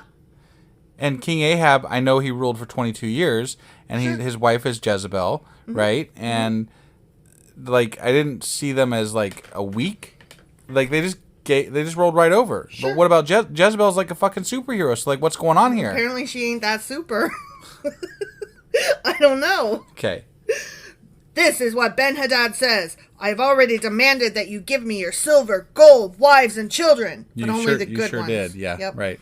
But about this time tomorrow, I will send my officials to search your palace and the homes of your officials. They will take away everything you consider valuable. And so what if I don't consider it valuable? You'll leave it? Hopefully. I don't consider anything in my house valuable, so Right? don't take anything. Yeah, it's all trash. My house, it's trash. And these kids, they all suck. Right, yeah, just leave us the fuck alone, okay? Then Ahab summoned all the elders of the land and said to them, "Look how this man is stirring up trouble. I already agreed with his demand that I give him my wives and children and silver and gold." Jesus. He just says that so cash. He's like, I'm going to fight now because he's stirring up trouble. But, you know, the trouble wasn't the wives, the kids, the gold, and the fucking whatever. Silver. Yeah. It was The trouble. It was the trouble. The trouble with trouble is that there's trouble. I'm sorry. Oh, this got me laughing. I'm sorry. Yeah. Whew. Okay. Don't give in to any more demands, all the elders and the people advised. So Ahab, call me Ishmael, told the messengers from Ben-Hadad, "Say this to my lord the king." Why does he... he's a fucking king. Why does he keep saying, my lord the king? The like, other king. It's kind of, like, presumptuous that, like, you're just bending over and taking it here. Well, he's you're like, you can kick my ass with all of your king friends. So, yes, I am. But apparently there's over. a line that's drawn, but it's not where it comes to his fucking wives No. and kids and silver and gold. Right. It's somewhere else. It's like a pride issue. He's like, no, now you've hurt Don't my fuck pride. with my people. So I'm going to go fight. Yeah. Now. Yeah. Maybe. So say this to the Lord, my lord the king. I will give you everything you asked for the first time, but I cannot accept this last demand of yours. What was the last... What is the last demand that he was like fucking so bent out of shape They will over? take away... they're going to search the officials' homes and take everything else. I thought that was already part of... That was the second demand. Okay. All right. Yeah. All right. So he cares about his officials more than the kids and the wives. He doesn't mind his own family getting hurt. He doesn't want his people's family getting hurt. Okay. So the messengers returned to Ben-Hadad with that response. Then Ben-Hadad sent this message to Ahab. Mm-hmm. "May the gods strike me and even kill me if there remains enough dust from Samaria to provide even a handful for each of my soldiers." The king of Israel sent back this answer. I love this text battle. Right? Yeah. "A warrior putting on his sword for battle should not boast like a warrior who has already won." Okay. That sounds like a fortune cookie. Right, yeah, it really does. It also sounds like, "Do not count your chickens before they all hatch." Right. "Do not put your eggs in one basket." Ahab's reply reached Ben-Hadad and the other kings as they were as they were drinking in their tents. So they drink in. Apparently, yeah. "Prepare to attack!" Ben-Hadad commanded his officers. As they're drinking. "I'm so angry that he said, no, we can't attack him." Yeah. Bruh. Right. He should have said, yes, we can attack him and take his shit. So they prepared to attack the city. Then a certain prophet. A certain prophet? That's what it says. There's like only one prophet. Two prophets left now, I guess. Maybe Elijah and Elijah. Right. So and maybe Jezebel. Maybe I there's... don't know. Who knows? Yeah. Yeah. So then a certain prophet came to see King Ahab of Israel and told him, "This is what the Lord says." Okay. So now God The talking. Lord's talking. Okay. "Do you see all these enemy forces? Today I will hand them all over to you." Wait. Even though Ahab is the worst of the worst of the worst. Yeah. And he was just recently worshiping Baal. Uh-huh. And now God's like, And his yo, wife is- I'm on your side now, man. Yeah. Like, we're his cool. wife is queen of Asherah poles. Yeah, and she's trying to kill fucking Elijah. Yeah. Like, what the fuck is going... Like, why is God on their side all of a sudden? Because then you will know that I am the Lord, was the rest of that. The fire didn't do the job. Yeah. Okay. Yeah. Okay. Ahab asked, "How will he do it?" And Yeah, I mean, I'm curious. Yeah. The prophet replied, "This is what the Lord says. The troops of the provincial commanders will do it." The troops of the provincial okay. means like home team is going to attack them. So Home team sounds got like this. they've already got an army building Sure. and they're like, that's how we're going to do it. "Should we attack first? ? Ahab asked. "Yes," the prophet answered. Okay. So, Ahab mustered the troops of the 232 provincial commanders. Okay. Then he called out the rest of the army of Israel, some 7,000 men. Okay. Wait, Well- wasn't he called out... Wasn't there 32 kings that Ben-Hadad was bringing? And this guy's got 32 provincial commanders. Mm-hmm. So Ahab's got 32, and the king's got 32 kings. Yeah. There's 32 and 32. Mm-hmm. Okay. So they'll all kill each other. That's nice, evenly. I love it when they're evenly matched. Right. About noontime, as Ben-Hadad and the 32 allied kings were still in their tents drinking themselves into a stupor, because that's the as you do when you're preparing for a major battle. Yeah. The troops of the provincial commanders marched out of the city as the first contingent. Okay. As they approached, Ben-Hadad's scouts reported to him, "Hey, some troops are coming from Samaria." Mm-hmm. "Take them alive," Ben-Hadad commanded, "whether they have come for peace or for war." Okay. Well, I mean, it'd help if you guys weren't fucking drunk. Right. Yeah. Well, it's just the kings and leaders that are drunk, not the soldiers. Just the most important people. Yeah. That's all. Just the guys in charge. Right. That sounds about right. Yeah. Isn't that how it is today still? I mean, yeah. The guys in charge are always stupid dunderheads. Right. But Ahab's provincial commanders and the entire army had now come out to fight. Okay. Each Israelite soldier killed his Aramean opponent. Okay. And suddenly, the entire Aramean army panicked and fled. Oh, no. He said that so. The Israelites chased them, but King Ben-Hadad and a few of his charioteers escaped on horses. However, the king of Israel destroyed the other horses and chariots and slaughtered the Arameans. All right. Yay. Yay, Go home war. team, right? I don't even know. Who are we supposed to be cheering for here? I don't know. Somebody was going to slaughter somebody. So, whatever. I know. This is what I'm not getting. These people are all fucking terrible according to the Bible. Yeah. And we're supposed to care about one of them winning over another one? Right. I don't understand why. I don't either. You just told me that Ahab, who is now winning per God, is like the worst fucking person to ever grace the God's, green earth or whatever. Yeah. I'm like, why do we give a fuck if this guy's hearing from God and doing God's bidding or whatever? Yeah, stupid. It's really dumb. Afterward, the prophet said to King Ahab, "Get ready for another attack. Begin making plans now, for the king of Aram will come back next spring." Next spring. Right. They gotta gather their forces and figure some shit out. Sharpen their sticks. Right, yeah. After their defeat, Ben-Hadad's officers said to him, "The Israelite gods are gods of the hills. That is why they won. But we can beat them easily on the plains. Only this time, replace the kings with field commanders." Yeah, that would probably be smart. Yeah, because the kings just tend to get drunk, apparently. Yeah. "Recruit another army like the one you lost. Give us the same number of horses, chariots, and men, and we will fight against them on the plains. There's no doubt that we will beat them." Why would you go out to the plains? Why would you go somewhere to fight them if they... if you're better at fighting in the hills, why wouldn't you just stay in the hills? That's what you... Well, no, these guys, they're like, lost. No, I'm saying, if you're, why, if you are King Ahab and his people who won the last time, go there. Why would you go out to fight them? Why wouldn't you just be like, no, you guys come to us? Yeah, you want this, you want our shit. Right. Come and get it, bitches. Right, yeah. Yeah. So King Ben-Hadad did as they suggested. The following spring, he called up the Aramean army and marched out against Israel, but this time at Aphek. Okay. So they're attacking one of King Ahab's towns. Okay. On the plains. I got it. Okay, this makes better sense now. Israel then mustered its army, set up supply lines, and marched out for battle. But the Israelite army looked like two little flocks of goats in comparison to the vast Aramean forces that filled the countryside! ! Yeah. Then the man of God, that certain one. Yeah, that one, the certain one. Certain one. Mm-hmm. Yeah. Went to the king of Israel and said, "This is what the Lord says. The Arameans have said, 'The Lord is a God of the hills and not of the plains.' So I will defeat this vast army for you." Because, I'm a god that my pride's at stake here. I guess. Yeah. Not that any of these people give a fuck about God. Right. I mean, they've... No. I mean, I don't get it, but okay. Yeah. Well, God's like, ooh, they called me shitty, so I gotta... Right. I'm not shitty.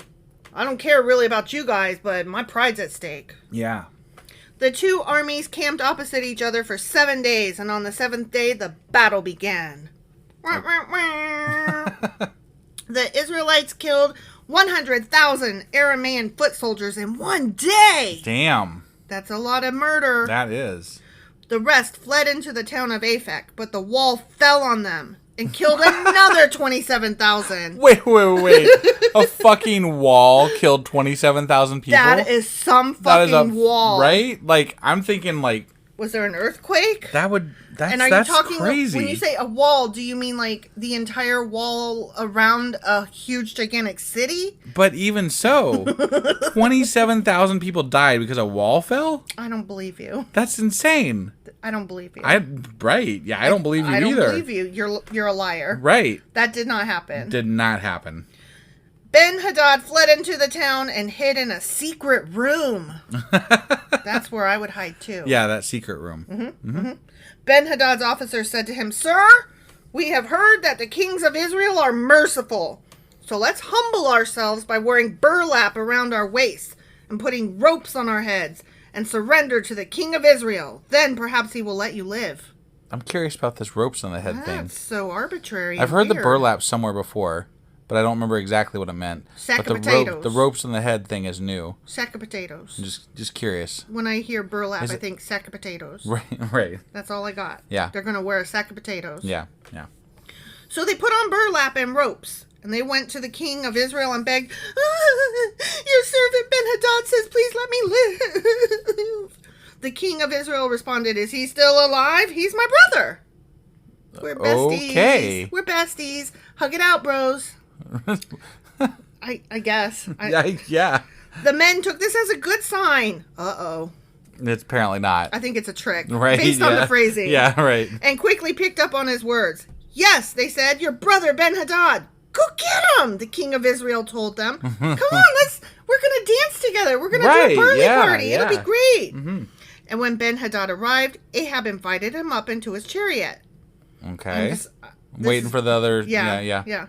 He's going to betray him, I'm sure. It seems that way. Ben-Hadad told him, "I will give back the towns my father took from your father, and you may establish places of trade in Damascus as my father did in Samaria." Maybe not. Then Ahab said, "I will release you under these conditions." Whoa. Okay. So they made a new treaty, and Ben-Hadad was set free. Interesting. I honestly thought he was like... Right. Yeah, no, I thought lying. something bad was going to happen. This is weird. We're besties now. Apparently. He's my brother. Yeah. For realsies. Even though he went to war with them twice. Yeah. And you guys killed a lot of people of each other. A fuck ton of people. Meanwhile, the Lord instructed one of the group of prophets to say to another man, "Hit me!" But the man refused to hit the prophet. What? I'm just reading what it says. Okay, all right. Yeah. Then the prophet told him, "Because you have not obeyed the voice of the Lord, a lion will kill you as soon as you leave me." Why is it always a fucking lion? Leave the lions alone, right? God. There's a lot of lions out there killing people that, don't listen to God. Right? And when he had gone, a lion did attack and kill him. Okay. Then the prophet turned to another man and said, "Hit me." Why? So he struck the prophet and wounded him. I mean, I would do the same, I guess. If somebody said, "Hit me," you would hit him? I wouldn't. If I just saw the last guy get eaten by a lion and he said, "That's what happens when you don't hit me." We don't know that anybody saw what happened. I'm just saying. Dude got eaten by a lion. The prophet placed a bandage over his eyes to disguise himself and then waited beside the road for the king. What? As the king passed by, the prophet called out to him, "Sir, I was in the thick of battle and suddenly a man brought me a prisoner. He said, 'Guard this man. If for any reason he gets away, you will either die or pay a fine of 75 pounds of silver.' But while I was busy doing something else, the prisoner disappeared." Well, so wait. The prophet is lying. Yeah. Okay. "Well, it's your own fault," the king replied. "You have brought the judgment on yourself." Then the prophet quickly pulled the bandage from his eyes, and the king of Israel recognized him as one of the prophets. The prophet said to him, "This is what the Lord says. Because you have spared the man I said must be destroyed, now you must die in his place, and your people will die instead of his people." So God went through all this to have... This is Ahab or Hadad or Ben-Hadad? This is Ahab. Okay.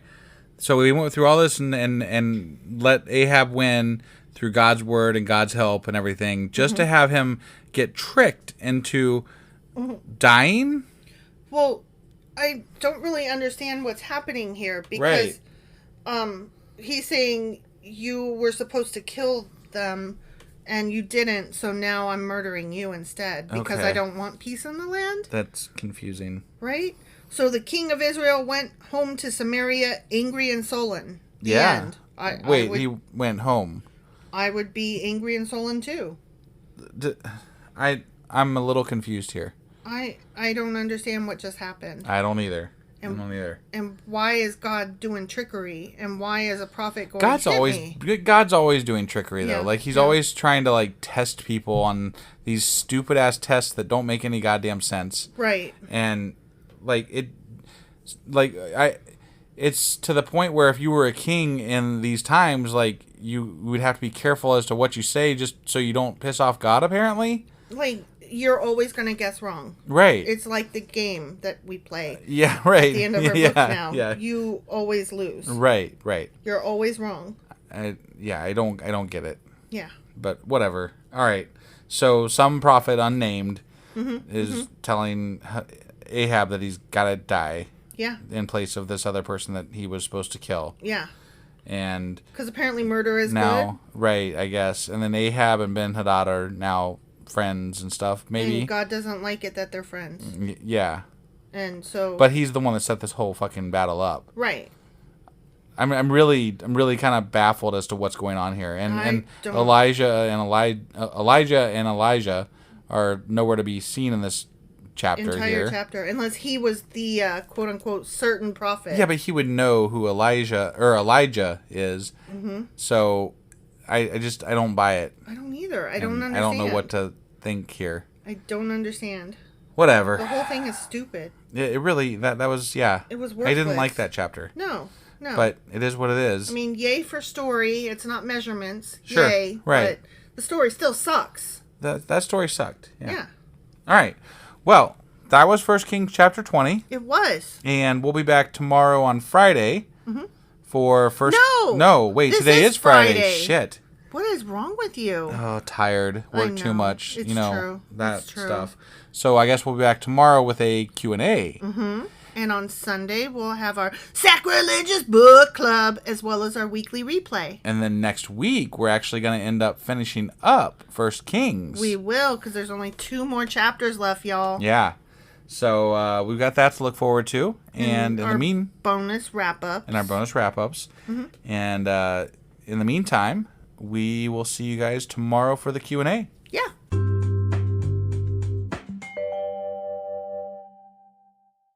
Husband. Wife. Do you know what today is? Today is Q&A. It is Q&A Saturday. Yeah, that one. Yeah. And we have some Q's and some A's. Do we now? Mm-hmm. I wasn't sure. Did you have a specific Q? I feel like I had a bunch of questions this last week, but I can't recall any of them at the current moment in time. I feel like they were general questions about the chapter in particular, you know? I feel like I had some specific ones, but I forgot them. Really? I don't know. I thought we were like, what? I don't even understand this story. What is happening? Yeah, no, maybe they were more general, I guess. That's what I meant. All right. Okay. Okay, well, let's go answer them. All right, let's go answer them. Okay.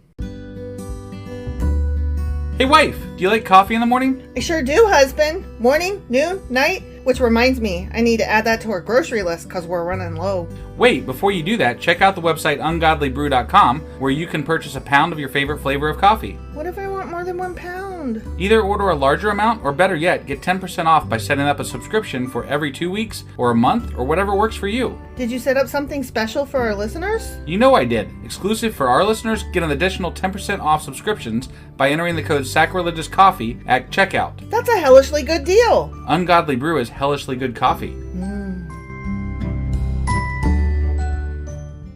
Okay, so for this Q&A, we are going to talk a lot about Elijah. Okay. And we had a lot of questions about what even the fuck he is, what he's doing, what is happening. Right. Yeah, I mean, his story kind of popped out of nowhere in this. It really did. It really did. I don't have answers for that. I didn't go into the history. Sure. There's 2 more chapters left of this book, and so I think that when we do our next Q&A and wrap up of this book, we'll probably talk about that more. Okay. All right. But for today, I just wanted to talk about Elijah himself. Got it. Okay? Yeah. Scholars generally agree that a prophet named Elijah existed in the kingdom of Israel during the reigns of King Ahab and Ahaziah. Interesting. Mm-hmm. So he might probably be a real historical figure. Right. Nice. He is, there are a lot of legends about him, like throughout all the, Abrahamic and Moses and all them different religions. Okay. Like Moses. What's Moses? Moses. Oh, Moses. Yeah. Moses. Okay. Like, okay. I was just trying to clarify that. All the quick. ones that celebrate this one true God thing. The Abrahamic religions. Yeah. Yeah. All the different offshoots, like Jewish and Muslim and Christian and Catholic, and like all of them. Yeah. Have something about Elijah. Okay. Like, I gotcha. The legends abound. Right. The dude abides. I mean, he was the first fucking superhero. He was. So I'm just saying. Right. I'm not going to get into this too much, but he is seen as the precursor to the quote-unquote Messiah. Oh. Mm-hmm. Okay. And, I mean, he did perform somewhat of a resurrection. He performed a miracle. And apparently, in the next couple chapters, we're going to get into some very miraculous shit. Oh, really? Yeah. So I almost wish that we had just done the other 2 chapters. Yeah. And so, yeah. Whatever. But here we are. So, he is mentioned again in the New Testament in really? a couple of different places. Yeah. And he is seen as portending Jesus. Okay. Like, Jesus is the fulfillment of Elijah's prophecy or whatever. Got it. Like, I don't know about all that. Well, I mean, like, for example, you certainly can't have a Messiah that's going to be weaker than another prophet earlier in the Bible. Right. So, of course, Jesus is going to resurrect and, himself and, all kinds of shit. Yeah. So. Yeah. Definitely. And actually, he resurrected somebody else, too. Like, yeah. Yeah. But Elijah's a big fucking deal. Okay? Right. He is also considered zealous in the cause of God and the helper in distress. And all of these 3 different points, the precursor of the Messiah, zealous in the cause of God, and the helper in distress, most of the legends kind of center on one or more of those 3 points. Okay. Yeah. He's appeared the world over in the guise of a beggar and a scholar. Okay. Most stories indicate Elijah was a priest. Okay. I don't know what the difference between a priest and a prophet is, really. I mean, I guess a prophet is somebody who tells prophecies. And the question is, can a priest be a prophet as well? Well, apparently he was. Right. So I guess the answer is yes. Right. There were a bunch of different stories. I just picked a few. One legend states that Elijah was really an angel in human form, so that he had neither parents nor offspring. Okay. And we're going to talk more about him. And that's partly why you had to pick Elijah to be his heir type thing. Yeah. Yeah. And again, we're going to get into a little bit more of that next week when we talk about some miraculous shit. Miraculous? Got it. At Jewish circumcision ceremonies, a chair is set aside for the use of the prophet Elijah. Elijah is said to be a witness at all circumcisions when the sign of the covenant is placed upon the body of the child. Huh. That's interesting. Yeah, right? Like, I don't know. According to rabbinic tradition, Elijah's words were patently untrue, and since Elijah accused Israel of failing to uphold the covenant, God would require Elijah to be present at every covenant of circumcision. Okay. Because he accused Israel of being 100% against Yahweh. Right. But there were some 7,000 other people who were still true also, to God or whatever. Yeah. So he was a witness that had incorrect information. I see. Yeah. I thought that incorrect prophets or witnesses died back then. But his wasn't like out of malice or greed. His was just not having all the facts. Okay. And he was brokenhearted Like, remember when he ran away and hid in the cave, right? Yeah. Okay, let's talk about that for a minute. Okay. Okay, so he goes and he's like, I'm going to show that Jezebel and her people a thing or two, right? And then he does the contest, right? And he's so brave. And his God performs and Baal doesn't, right? Sure, And so you and I, one of our big questions was, he literally just proved himself right. Why the fuck is he suddenly afraid of this one bitch? Right, yeah. Right? And they never really followed up with that, at least not yet. Here's the thing, though. What had happened was he had assumed that when he proved it, that would make people be smart and be like, oh, we need to follow Yahweh now. Right. But he forgot that people reject God despite the evidence, not because of the evidence. I mean, only all of, Jewish history to that point would tell you that is the case. So. But I mean, that reminds me of that funny movie that we watched. What was it called? Don't Look Up or Just Look Up? Don't Look Up. Don't Look Up? Yeah. And all of the evidence, right? And all you have to do is just use your fucking eyes. Right. Right? And yet, the more that you try to say, look at the facts. Right. The more that you're seen as a cuckoo bean. Yeah. So he expected that the facts would speak in his favor, and instead, Jezebel, turned on him, and all of the people who were still believers in Baal were going to get him, and he did not know that there were other people who were following Yahweh. He felt all alone, and so he was like, oh shit, I need to get the fuck out of here. Got it. Like, I basically just outed myself. Right, yeah. So that's why he went and hid. And okay. that made, understanding that made me feel a little bit better about that story that made no fucking sense. Right. Okay? Okay. So, that is why, what he said was untrue, and that's why he has to be a witness now, for circumcision. I feel like untrue is a really strong word there. He accused all of Israel of capitulating. Sure. So I still feel like untrue is a strong word, and making him sit every fucking circumcision for the rest of eternity is a pretty strong punishment for somebody who didn't even know. But conversely, at Jewish Seder meals, they usually will leave an empty cup for him. Mm-hmm. So he's welcome to attend all of their Seder meals. Got it. So, I mean, he also gets a drink. Got it, yeah. I guess, gotta take the good with the bad, right? Yeah. It's said that when dogs are happy for no reason, it is because Elijah's in the hood. Oh, that's cute. Isn't that nice? Yeah. He is commemorated as a saint in many faiths. Okay. Catholics believe that he was unmarried and celibate, as all saints are, sure. Right? Yeah. And I thought this was interesting because our book club, Sacrilegious Book Club, is covering Isaac Asimov's book, The Guide to the Bible. Yeah. Right? Mm-hmm. So Isaac Asimov wrote several books, which we all know. Right. And one of those was called The Caves of Steel, which is just fantastic. Right. Okay. The main protagonist's wife is named Jezebel. Yeah, I remember that, actually. I forgot about that. Yeah. So I just thought that was so cool. Yeah.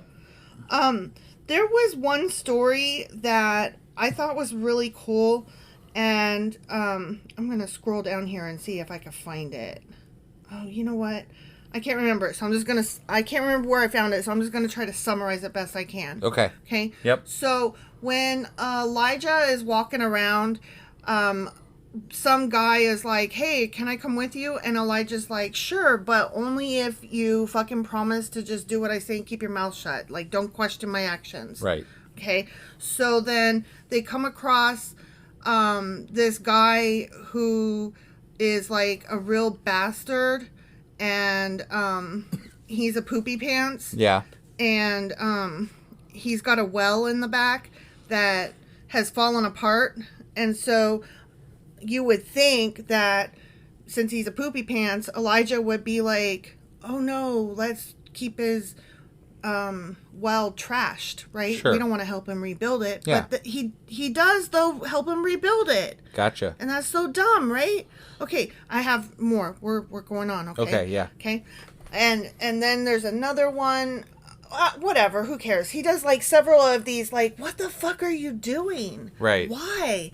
So, okay, but it turns out that, oh no, guess what? Under that well, there was a store of gold. Oh. And that since they fixed the well, that gold would never be found.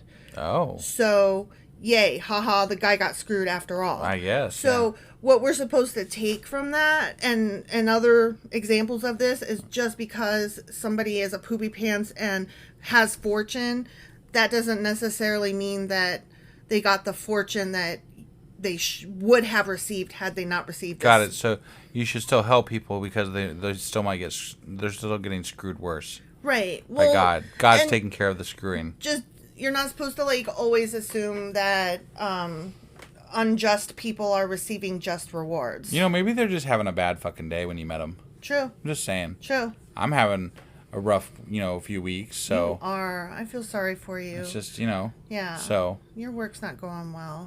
Things are, it's all right. It's all right. Don't worry about us. We're good. No, yeah. I'm just really fucking tired. Just around the river bend. It's just getting there. Yeah. Yeah. So there's more that I could say about Elijah, but I think we're going to talk about him some more next time. And we're also going to talk about Jezebel next time. Because, oh my God. Oh, really? She's a whore.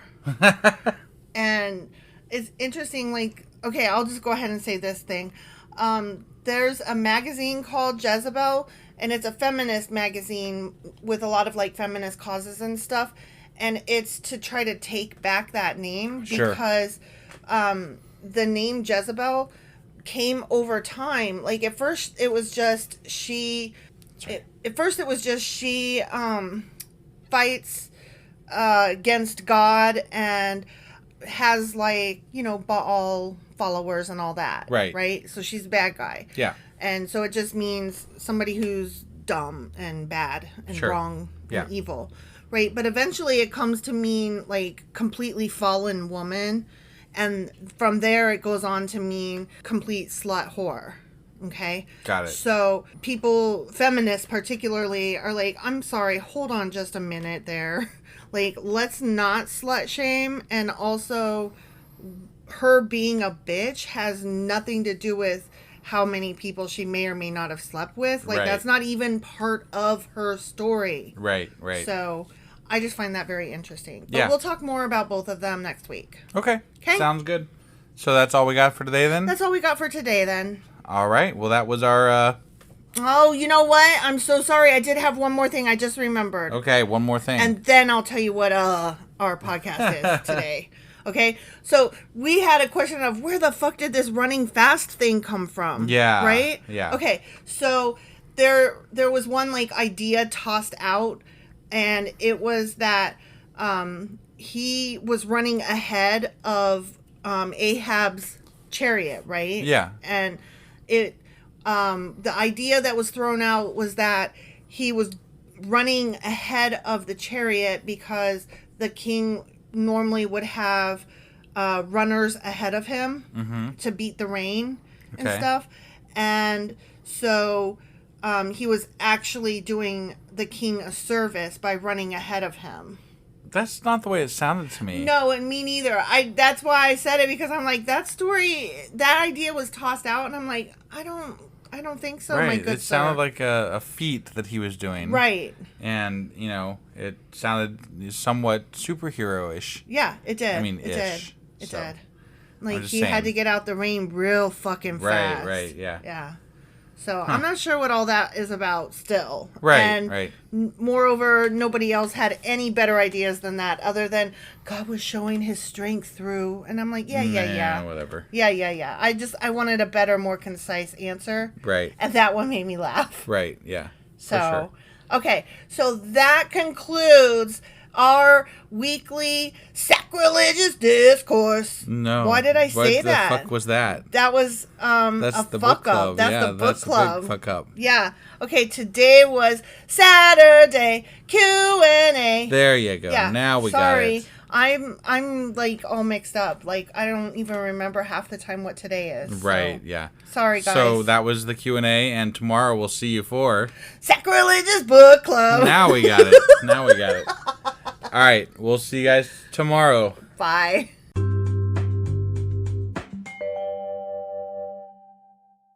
Husband, Wife! do you know what this episode is? I know what we're doing, but you gotta say it. I gotta say it. It's the Sacrilegious Book Club. There we go. Yeah. All right, and what pages are we going over today?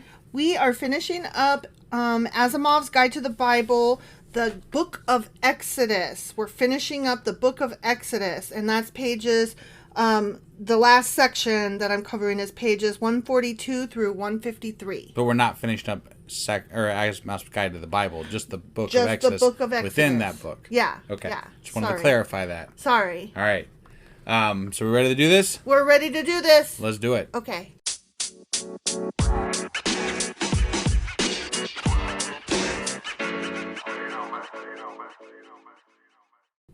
Okay, so where we finished up last time, if you will recall, was the Pharaoh of the Exodus Yeah. had let Moses and his people go. Right. Okay. But guess what? The Pharaoh was like, JK, JK, JK, get back over here. That happened multiple times. I know. And he sent people to chase him, Moses and crew. Yeah. He was like, come here. Right. So they caught up with Moses and crew at what I am referring to as PH, because that's the name of this section, by the way, Pi Hahiroth. Pi Hahiroth. And that's really hard to say. So I'm just calling it PH. Okay. And this section started on page 142, FYI. Got it. Okay. So the crew, or the people that Pharaoh sent, they caught up with Moses at PH. Okay. Got it. And that is located near a northwestern branch of the Red Sea, which Okay. is called the Gulf of Suez. Got it. But not as the Gulf of Suez appears today. Okay. Sure. The Gulf used to extend farther northward and, quote, included two shallow bodies of brackish water called the Bitter Lakes. That are no longer there, apparently. Right. They no Interesting. longer appear on maps today because they were filled in when the Suez Canal was built. Oh, interesting. Even more interesting, this area was a literal sea of reeds, which, coincidentally enough, is what the Hebrew name for the Red Sea actually translates to. So that's kind of sad. When they built the Suez Canal, they kind of killed some history and geography, and Yep. that's kind of sad, Yep. actually. It is, isn't it? Yeah. I just found it funny that that translation from the Red Sea to the Sea of Reeds, because I don't know if you recall, but last time he was saying we have no idea why it's called the Red Sea. Right. But this is another of the suggestions as to what it could have been. Got it. Okay? Yeah. And this one makes actual sense. So that's that section. Next section is Omer, which is a measurement. Okay. Okay? Yep. And that starts on page 143. And I'm just going to quote, I'm quoting Asimov extensively in this section because he just had a lot of great things to say. Okay. That I could not summarize any better than the way he said it. Got it. Okay, so this quote is, the tale of the manna is from the P document. Do you remember us talking about the Yes. P document versus, I think, the E document or whatever? Right. Okay, and it depended on period of time, which priest wrote that section or edited that part or whatever. Yeah. Okay, so the tale of the manna is from the P document, as can be seen from the careful instructions given for the gathering of the manna and the warnings to observe the Sabbath. Okay. They were very, very clear, right? Right. This form of ritualism and meticulousness is characteristic of P. Got it. The P document, Right. the P writers. Yeah. It is therefore a late elaboration of some early legend, and there is no point in taking it literally. End Got it. quote. Okay. I just thought that was interesting. He's like, so the manna's cool, but like, whatever, fuck it. Never happened. Blow it off. Right. Yeah. No, definitely. So the pre-exile, okay, now we're getting into what is an Omer. Sure, but before we do that, it does make, like, the manna kind of disappeared after a certain amount of time as far as references to it or anything like that. Yeah, it like never gets referred to as an item that appears in the Ark. Right, and the Ark doesn't go away quite Yeah. right away. So, Yeah. like, it's still there, but the manna is just, I mean, we've been asking, where's the manna? They keep saying that it's empty, but where's the fucking manna? Where did the manna go? Right. Well, it never was there in the first place. Right. So there's that. Yeah. Okay, so now we're getting into the omer, which Okay. I said at the beginning is a form of measurement. Yeah. Okay. Pre-exile Israelites used Egyptian systems of measure, while those of post-exile times used Babylonian systems. Okay. And so it makes it really hard today to try to decipher what they were talking about. Yeah, what equals what given today. Got it. As best as we can make it clear, each person received an omer of manna, which today we think through translations is probably about 4 liters. Okay. Of shit that never happened. Right. So they received 4 liters of nothing. Okay? Here's 4 liters of my imagination. Yes. There you go. Exactly. Right. Yeah. Okay, so the next section is Amalek. Okay. With the Amalekites, and that is on page 144. Got it. Okay, another quote. The Israelites maintained a strong tradition of continuing an undying enmity with the Amalekites. Okay. Them guys hated each other, but the Israelites hated them hard. Right. Okay. And Asimov suggests that it was probably because they were the first ones to make war upon the Israelites and were temporarily deemed the most powerful nation of the region. Got it. And later in Deuteronomy, Moses also claims that they fought dirty. Got it. So they were the first. I never understood that. Like, what is fighting dirty in war? Like, you're there to win, right? Right. So what is dirty? And like the consequence is death, right? Right. So what exactly is dirty? Well, there's fighting with or without honor. Like, we have a lot of war crimes that we would consider you cannot do that. That's true. Right. There's unnecessary acts you can take, and the Israelites were under the impression that this is the way we're conducting this war, and if you do acts outside of that, then that's dishonorable. Right. That's not correct. You're doing it wrong. That's fair. That's fair. So, I mean, that's merely what the Israelites were saying, but for all we know, the Amalekites had their own form of honor, and to them, maybe they weren't fighting dirty. Right. So we don't know what. Yeah, their maybe code they of thought honor the was. Israelites were fighting dirty. So. Or maybe they thought that the Israelites didn't know how to fight at all. Right. So I don't know. I can't answer that, but I mean, I suppose if you're losing to somebody, you're going to say they're fighting dirty. Well, I think a lot of it had to do with they were taking the stragglers. They were like picking up the stragglers. The Amalekites were. Yeah. And the Israelites were like, "What? You're not supposed to kill the weak that we leave behind." Well, wait. That's exactly they had some things where they did the exact same thing. But then the question begs: did the Israelites eventually learn this from people like the Amalekites? Sure. So. But that still makes them just as shitty for adopting those same things. They become shitty. Right. But maybe they didn't start out shitty. Okay. Who could fucking know? I don't know. I'm just putting that out there. Right. Okay. There's no mention or record of the Amalekites outside the Bible, FYI. Oh, interesting. So probably never even existed in the first place. Right. Dirty or otherwise. They had to come up with a big bad. A big bad, exactly. Right. Okay. Though the Amalekites won that first battle decisively, and war between the two continued forever after, like 2 centuries later. Right. They were finally defeated under Saul, which wiped out their power completely. I remember them saying that, actually. Yeah. Mm-hmm. So it's funny that we kept joking because they always said we're wiped. They're like done. they wiped out the Amalekites like 3 or 4 times. Right, or some shit. and they're like completely, and we're like, wait, but then you're mentioning them again, so that wasn't completely. Right.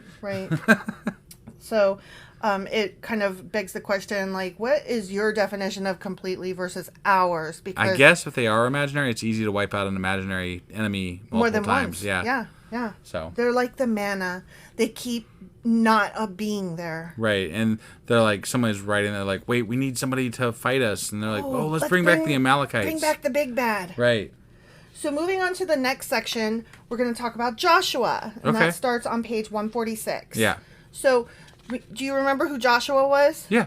He was Moses's acolyte. Right, acolyte. Yeah. That guy. And he went up the mountain somewhat with him. Moses on Mount Sinai and all that shit. And he Yeah. brought down the wall and Jericho, Yeah. hypothetically. Yeah, he did and that all thing. that wonderful crap. Yeah. So he was a new military leader who led the first battle against the Amalekites. Gotcha. So that's part of why his name got so big. Okay. He fought real good against nobody. Right. His name was originally Oshea, Oshea, or Hoshea, which means salvation. Got it. Moses changed it to a name more in line with Yahvism, which is Yahweh. Yeah, right. So he changed it to Jehoshua instead of Hoshua, Jehoshua, right. which shortens to Joshua, but means Yahweh is salvation instead of just salvation. Ah, okay. And another shortening of that name, follow me here, is Yeshua instead of Joshua, Jeshua. Okay. Okay? Mm-hmm. But when the Greeks get a hold of it, they don't have an SH sound. Do you remember us talking about this before? I vaguely remember that, yeah. And they also end in S to the end of their names. Okay. So if you have a Jeshua and you take out the SH and change it to an S and then you add an S to the end. Jesus, that's a lot of... You get Jesus. I'll just skip it. Wow. Yeah. And in the New Testament, the King James Version refers to Joshua as Jesus twice. Really? Yeah. That's really interesting. Right? Yeah, I about shit my pants when I read that. It's also interesting concerning, like, so right now in the Bible, where we're reading our regular podcast, we're going over Elijah. And Elijah has some, like, connections with the Jesus story somewhat. Yes. As far as, like, he's like just below Jesus type thing. So, and that's, and I think we had talked about Joshua's connections with Jesus in the past too, but I'd never heard it quite that strongly. Right? Yeah. So Asimov that's really interesting. Put it together there. Yeah. So Jesus' name is actually the Greek form of Joshua. Huh. But there's no going back now. Like, you can't put the toothpaste back in the tube. Right. So we stuck with the Greek translation of that. Sure. So honestly, Jesus' name is Joshua. Interesting. Not Jesus. That's really interesting. Right? Yeah. And so I wrote my little note at the end, womp womp. Because that about covers that, right? Right, yeah. So the next section is cherubim. You remember what the cherubim are, right? Yeah. The angels or what the fuck ever, the winged somethings. The ones they made on the ark. Yeah, sure. So this section starts on page 147. Okay. And Asimov says it is not really certain what the cherubim might be, because there's not a really good definition of them beyond the wingspan. Right, which was pretty big from what I remember. Yes. So readers are expected to understand what is meant by the word, because they're just like, the cherubim. Got it. And this is how big the cherubim's wings were. Which is funny to me, because anytime you see any cherubim depicted in modern day things, it's always tiny wings. Yes. So it's because I think it's too close to angel, right? Like, we have definitions for angel and cherubim, and in our eyes, cherubim is this thing. And today we do that. Right. But when we were trying to figure out early on what it was, we didn't know, are cherubim human figures with wings? Are they Cupid-like beings? Are they monstrous winged guardians? Right. We don't know, right? But Asimov suggests consider the Sphinx, right? The head of a woman, wings of an eagle, and body of a lion. Okay. Right? And so that's an amalgamation of all different kinds of creatures. Right. And so he suggests that that's what the cherubim actually were, and that later on in the book of Ezekiel, cherubim are composites of various creatures who have 4 faces, one of a man, one of a lion, one of an ox, and one of an eagle. That's kind of creepy. With 4 wings and feet of a calf, and yeah, it's all kinds That's a of lot creepier than what we've decided cherubim are. Right. Exactly. But Ezekiel comes like later on towards the book of Revelation, I think. Oh, okay. All right. If I'm not mistaken. I could be totally mistaken. But he's giving a prophecy, I believe. Okay. When he's describing this creature. Got it. So, Ezekiel is describing something as a guardian. So I think Asimov is saying, I think that these cherubim are actually this creature that Ezekiel was describing. Gotcha. And that it's an amalgamation of various animals put together, which would not have been unusual for that time. Right. And he gave other examples of that as well, but I thought the Sphinx pretty much was the best example because we're all familiar with that. Yeah, and I suppose for the Israelites coming out of Egypt, there were to be a lot of like associations with different animals because of where they were coming from and the things that were done in that culture. So keep that thought in mind that they had a lot of associations with animals regarding deities. Hold on to that thought. Okay. Yeah. We'll come back to that in a minute. But moving on to the next section, we've got the Thummim and the Urim and the Thummim. Right. On page 149. We made a lot of fun of those. We did. And I don't know if you recall, but the Urim is translates to the word lights, and Thummim is perfections. Okay. And I wrote, so WTF. Right. But I think we decided at the time, and Asimov also agrees, that it's most likely a process for drawing lots. Okay. Like throwing the bones or reading tarot cards kind of thing. Right. But who could know? Right. I mean, honestly, whatever. Yeah. But he didn't give a lot of comment to that. So. Right.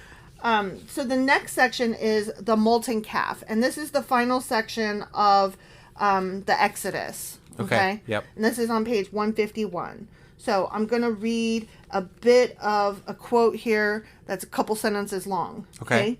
Moses' stay on Mount Sinai continued for so long that the Israelites back in the camp began to fear that he might never return. This encouraged those among them who felt uncomfortable with an invisible God. It is very common to desire some visible manifestation of the deity nowadays as well as in ancient times, and the pressure increased on Aaron to supply one. Right. Okay. Yeah. So now I'm going to read something else from a few paragraphs later in his book.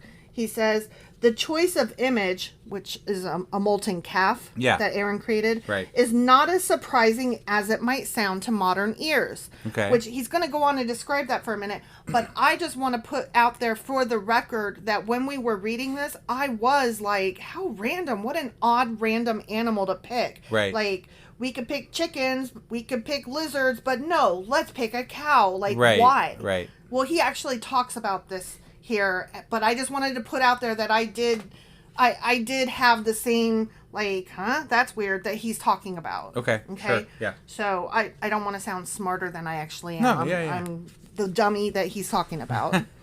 So it's not as surprising as it might sound to modern ears that he picked a calf. Okay. Primitive man did not differentiate as carefully between men and animals as we do. Okay. Then he gives some examples of what he means. They believe some animals might be equal or even superior to humans. Interesting. Some believed in reincarnation, where you would be reborn into an animal. Right.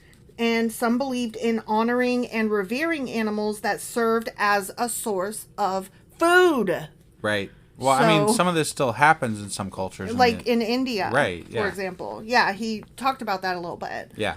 To people who depend on cattle for meat, milk, and labor, the bull is bound to be considered an important figure. Right. So then he goes on to say, the transition from an invisible presence resting between the cherubim on the Ark of the Covenant to the cherubim themselves could be an easy one.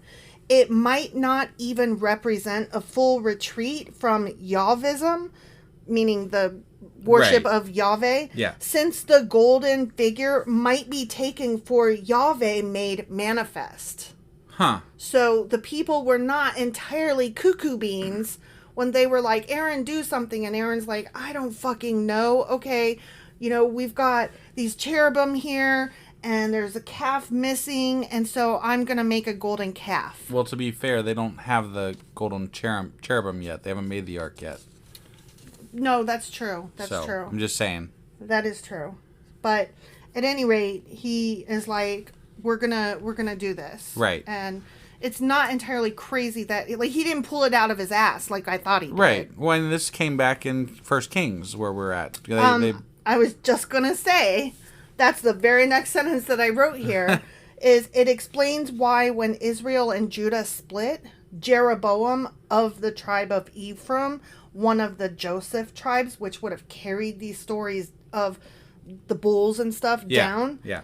He turned Jerusalem toward the bull and away from Yahweh the way that it was supposed to be, because he was trying to differentiate his kingdom from the other one. Got it. So but it's maybe not as far of a differentiation as we think of it as today. Right, exactly. It was a different way of worshiping probably the same God. Got it. So not as evil as it sounds. Right. No, I get it. Which is interesting because it's all in the matter of who wrote the book to decide how evil it was or how much it mattered. They lost, so they're clearly the bad guys. Yeah. Right. So that is so interesting because we were specifically saying, oh, these people never learn. They're so stupid. Why did they go back to this? Well, they may not have seen it as a win or lose thing. They may have seen it as this is just another way to worship Yahweh. Right.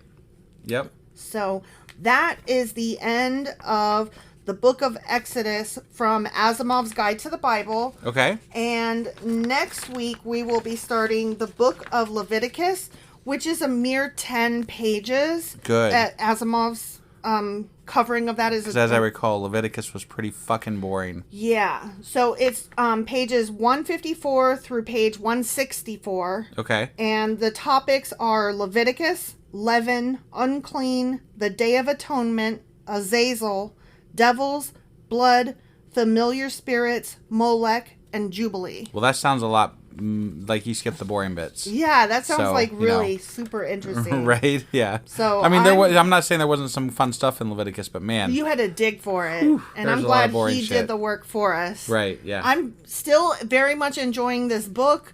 When he gets out of geography land, it's much more enjoyable because I'm not familiar enough with the area to be able to have that be as useful to me as it might be. Well, it's really hard to convey on a podcast too. Like, you can't just talk about geography. You can, but you're assuming that everybody knows what that means when you say something. So right. That makes it hard. It does make it hard, but just insofar as the readability of this book, I haven't commented on that in a while. Right. And so I just wanted to say that I'm really enjoying it. I hope that if you guys haven't picked up a copy of this book yet, that you do add it to your TBR because it's a really, really good, solid read. Right. And very informational, very reader approachable. Like, it's not above my head, and I'm kind of a dum-dum, so I'm just saying, I don't read scholastic material because a lot of the studies and stuff are over my head. This is not. This is within my reach. Right. So it's written for the lay person who's not familiar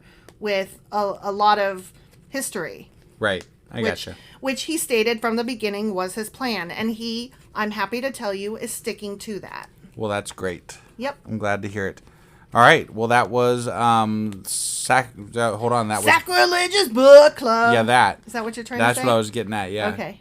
For today, and we also have our weekly replay going out today, and then we'll be back tomorrow with 1 Kings chapter 20, and then Tuesday will be 21, and that is it. I thought it was 21 and 22. Oh, yeah, that's what I meant to say. Okay. 21 and 22. Sorry.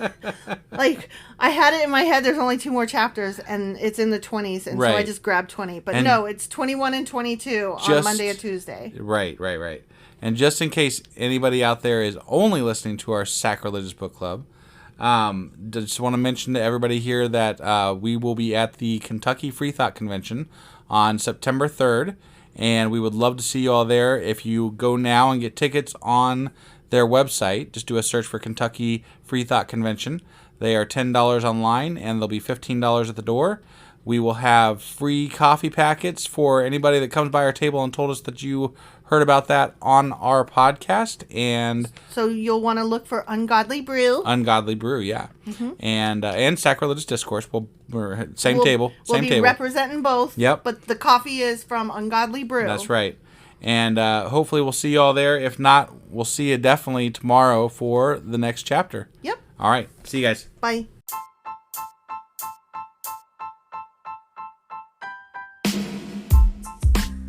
Hey, wife, I guess that's the end?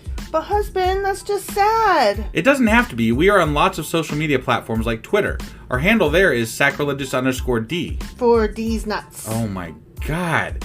Stop doing that. Anyway, we're also on Facebook, Instagram, and Pinterest. There's a link to all of our social media sites at our website. Ooh, we have a website? Yeah, it's sacrilegiousdiscourse.com, where you can also find a link to our merch shop. We have a merch shop? Yep, we have podcast-themed clothing, mugs, notebooks, and more, as well as an atheist and science-themed products. Wow, our fans should really go check that out right now. Definitely. They can get in touch with us by sending an email to sacrilegiousdiscourse@gmail.com. But before they do that, we could really use some help. Oh yeah? With what? Well, it's not free running the podcast, and we need some financial support in order to get better equipment, which will free up time so we can concentrate on our podcast and our fans. Okay, so what should they do? Head over to patreon.com/sacrilegious discourse and sign up as a contributor on our podcast. Supporters there receive additional bi-weekly episodes that we record just for our Patreon members for as little as $2 a month. Also, we'd really appreciate it if you would like and subscribe on whatever platform you're using. And Apple Podcast reviews help us out tremendously. Like and subscribe. Leave an Apple review. Join us on Twitter. Support us on Patreon. That's a lot of instructions. Don't forget to say thanks. Thanks. Okay, bye.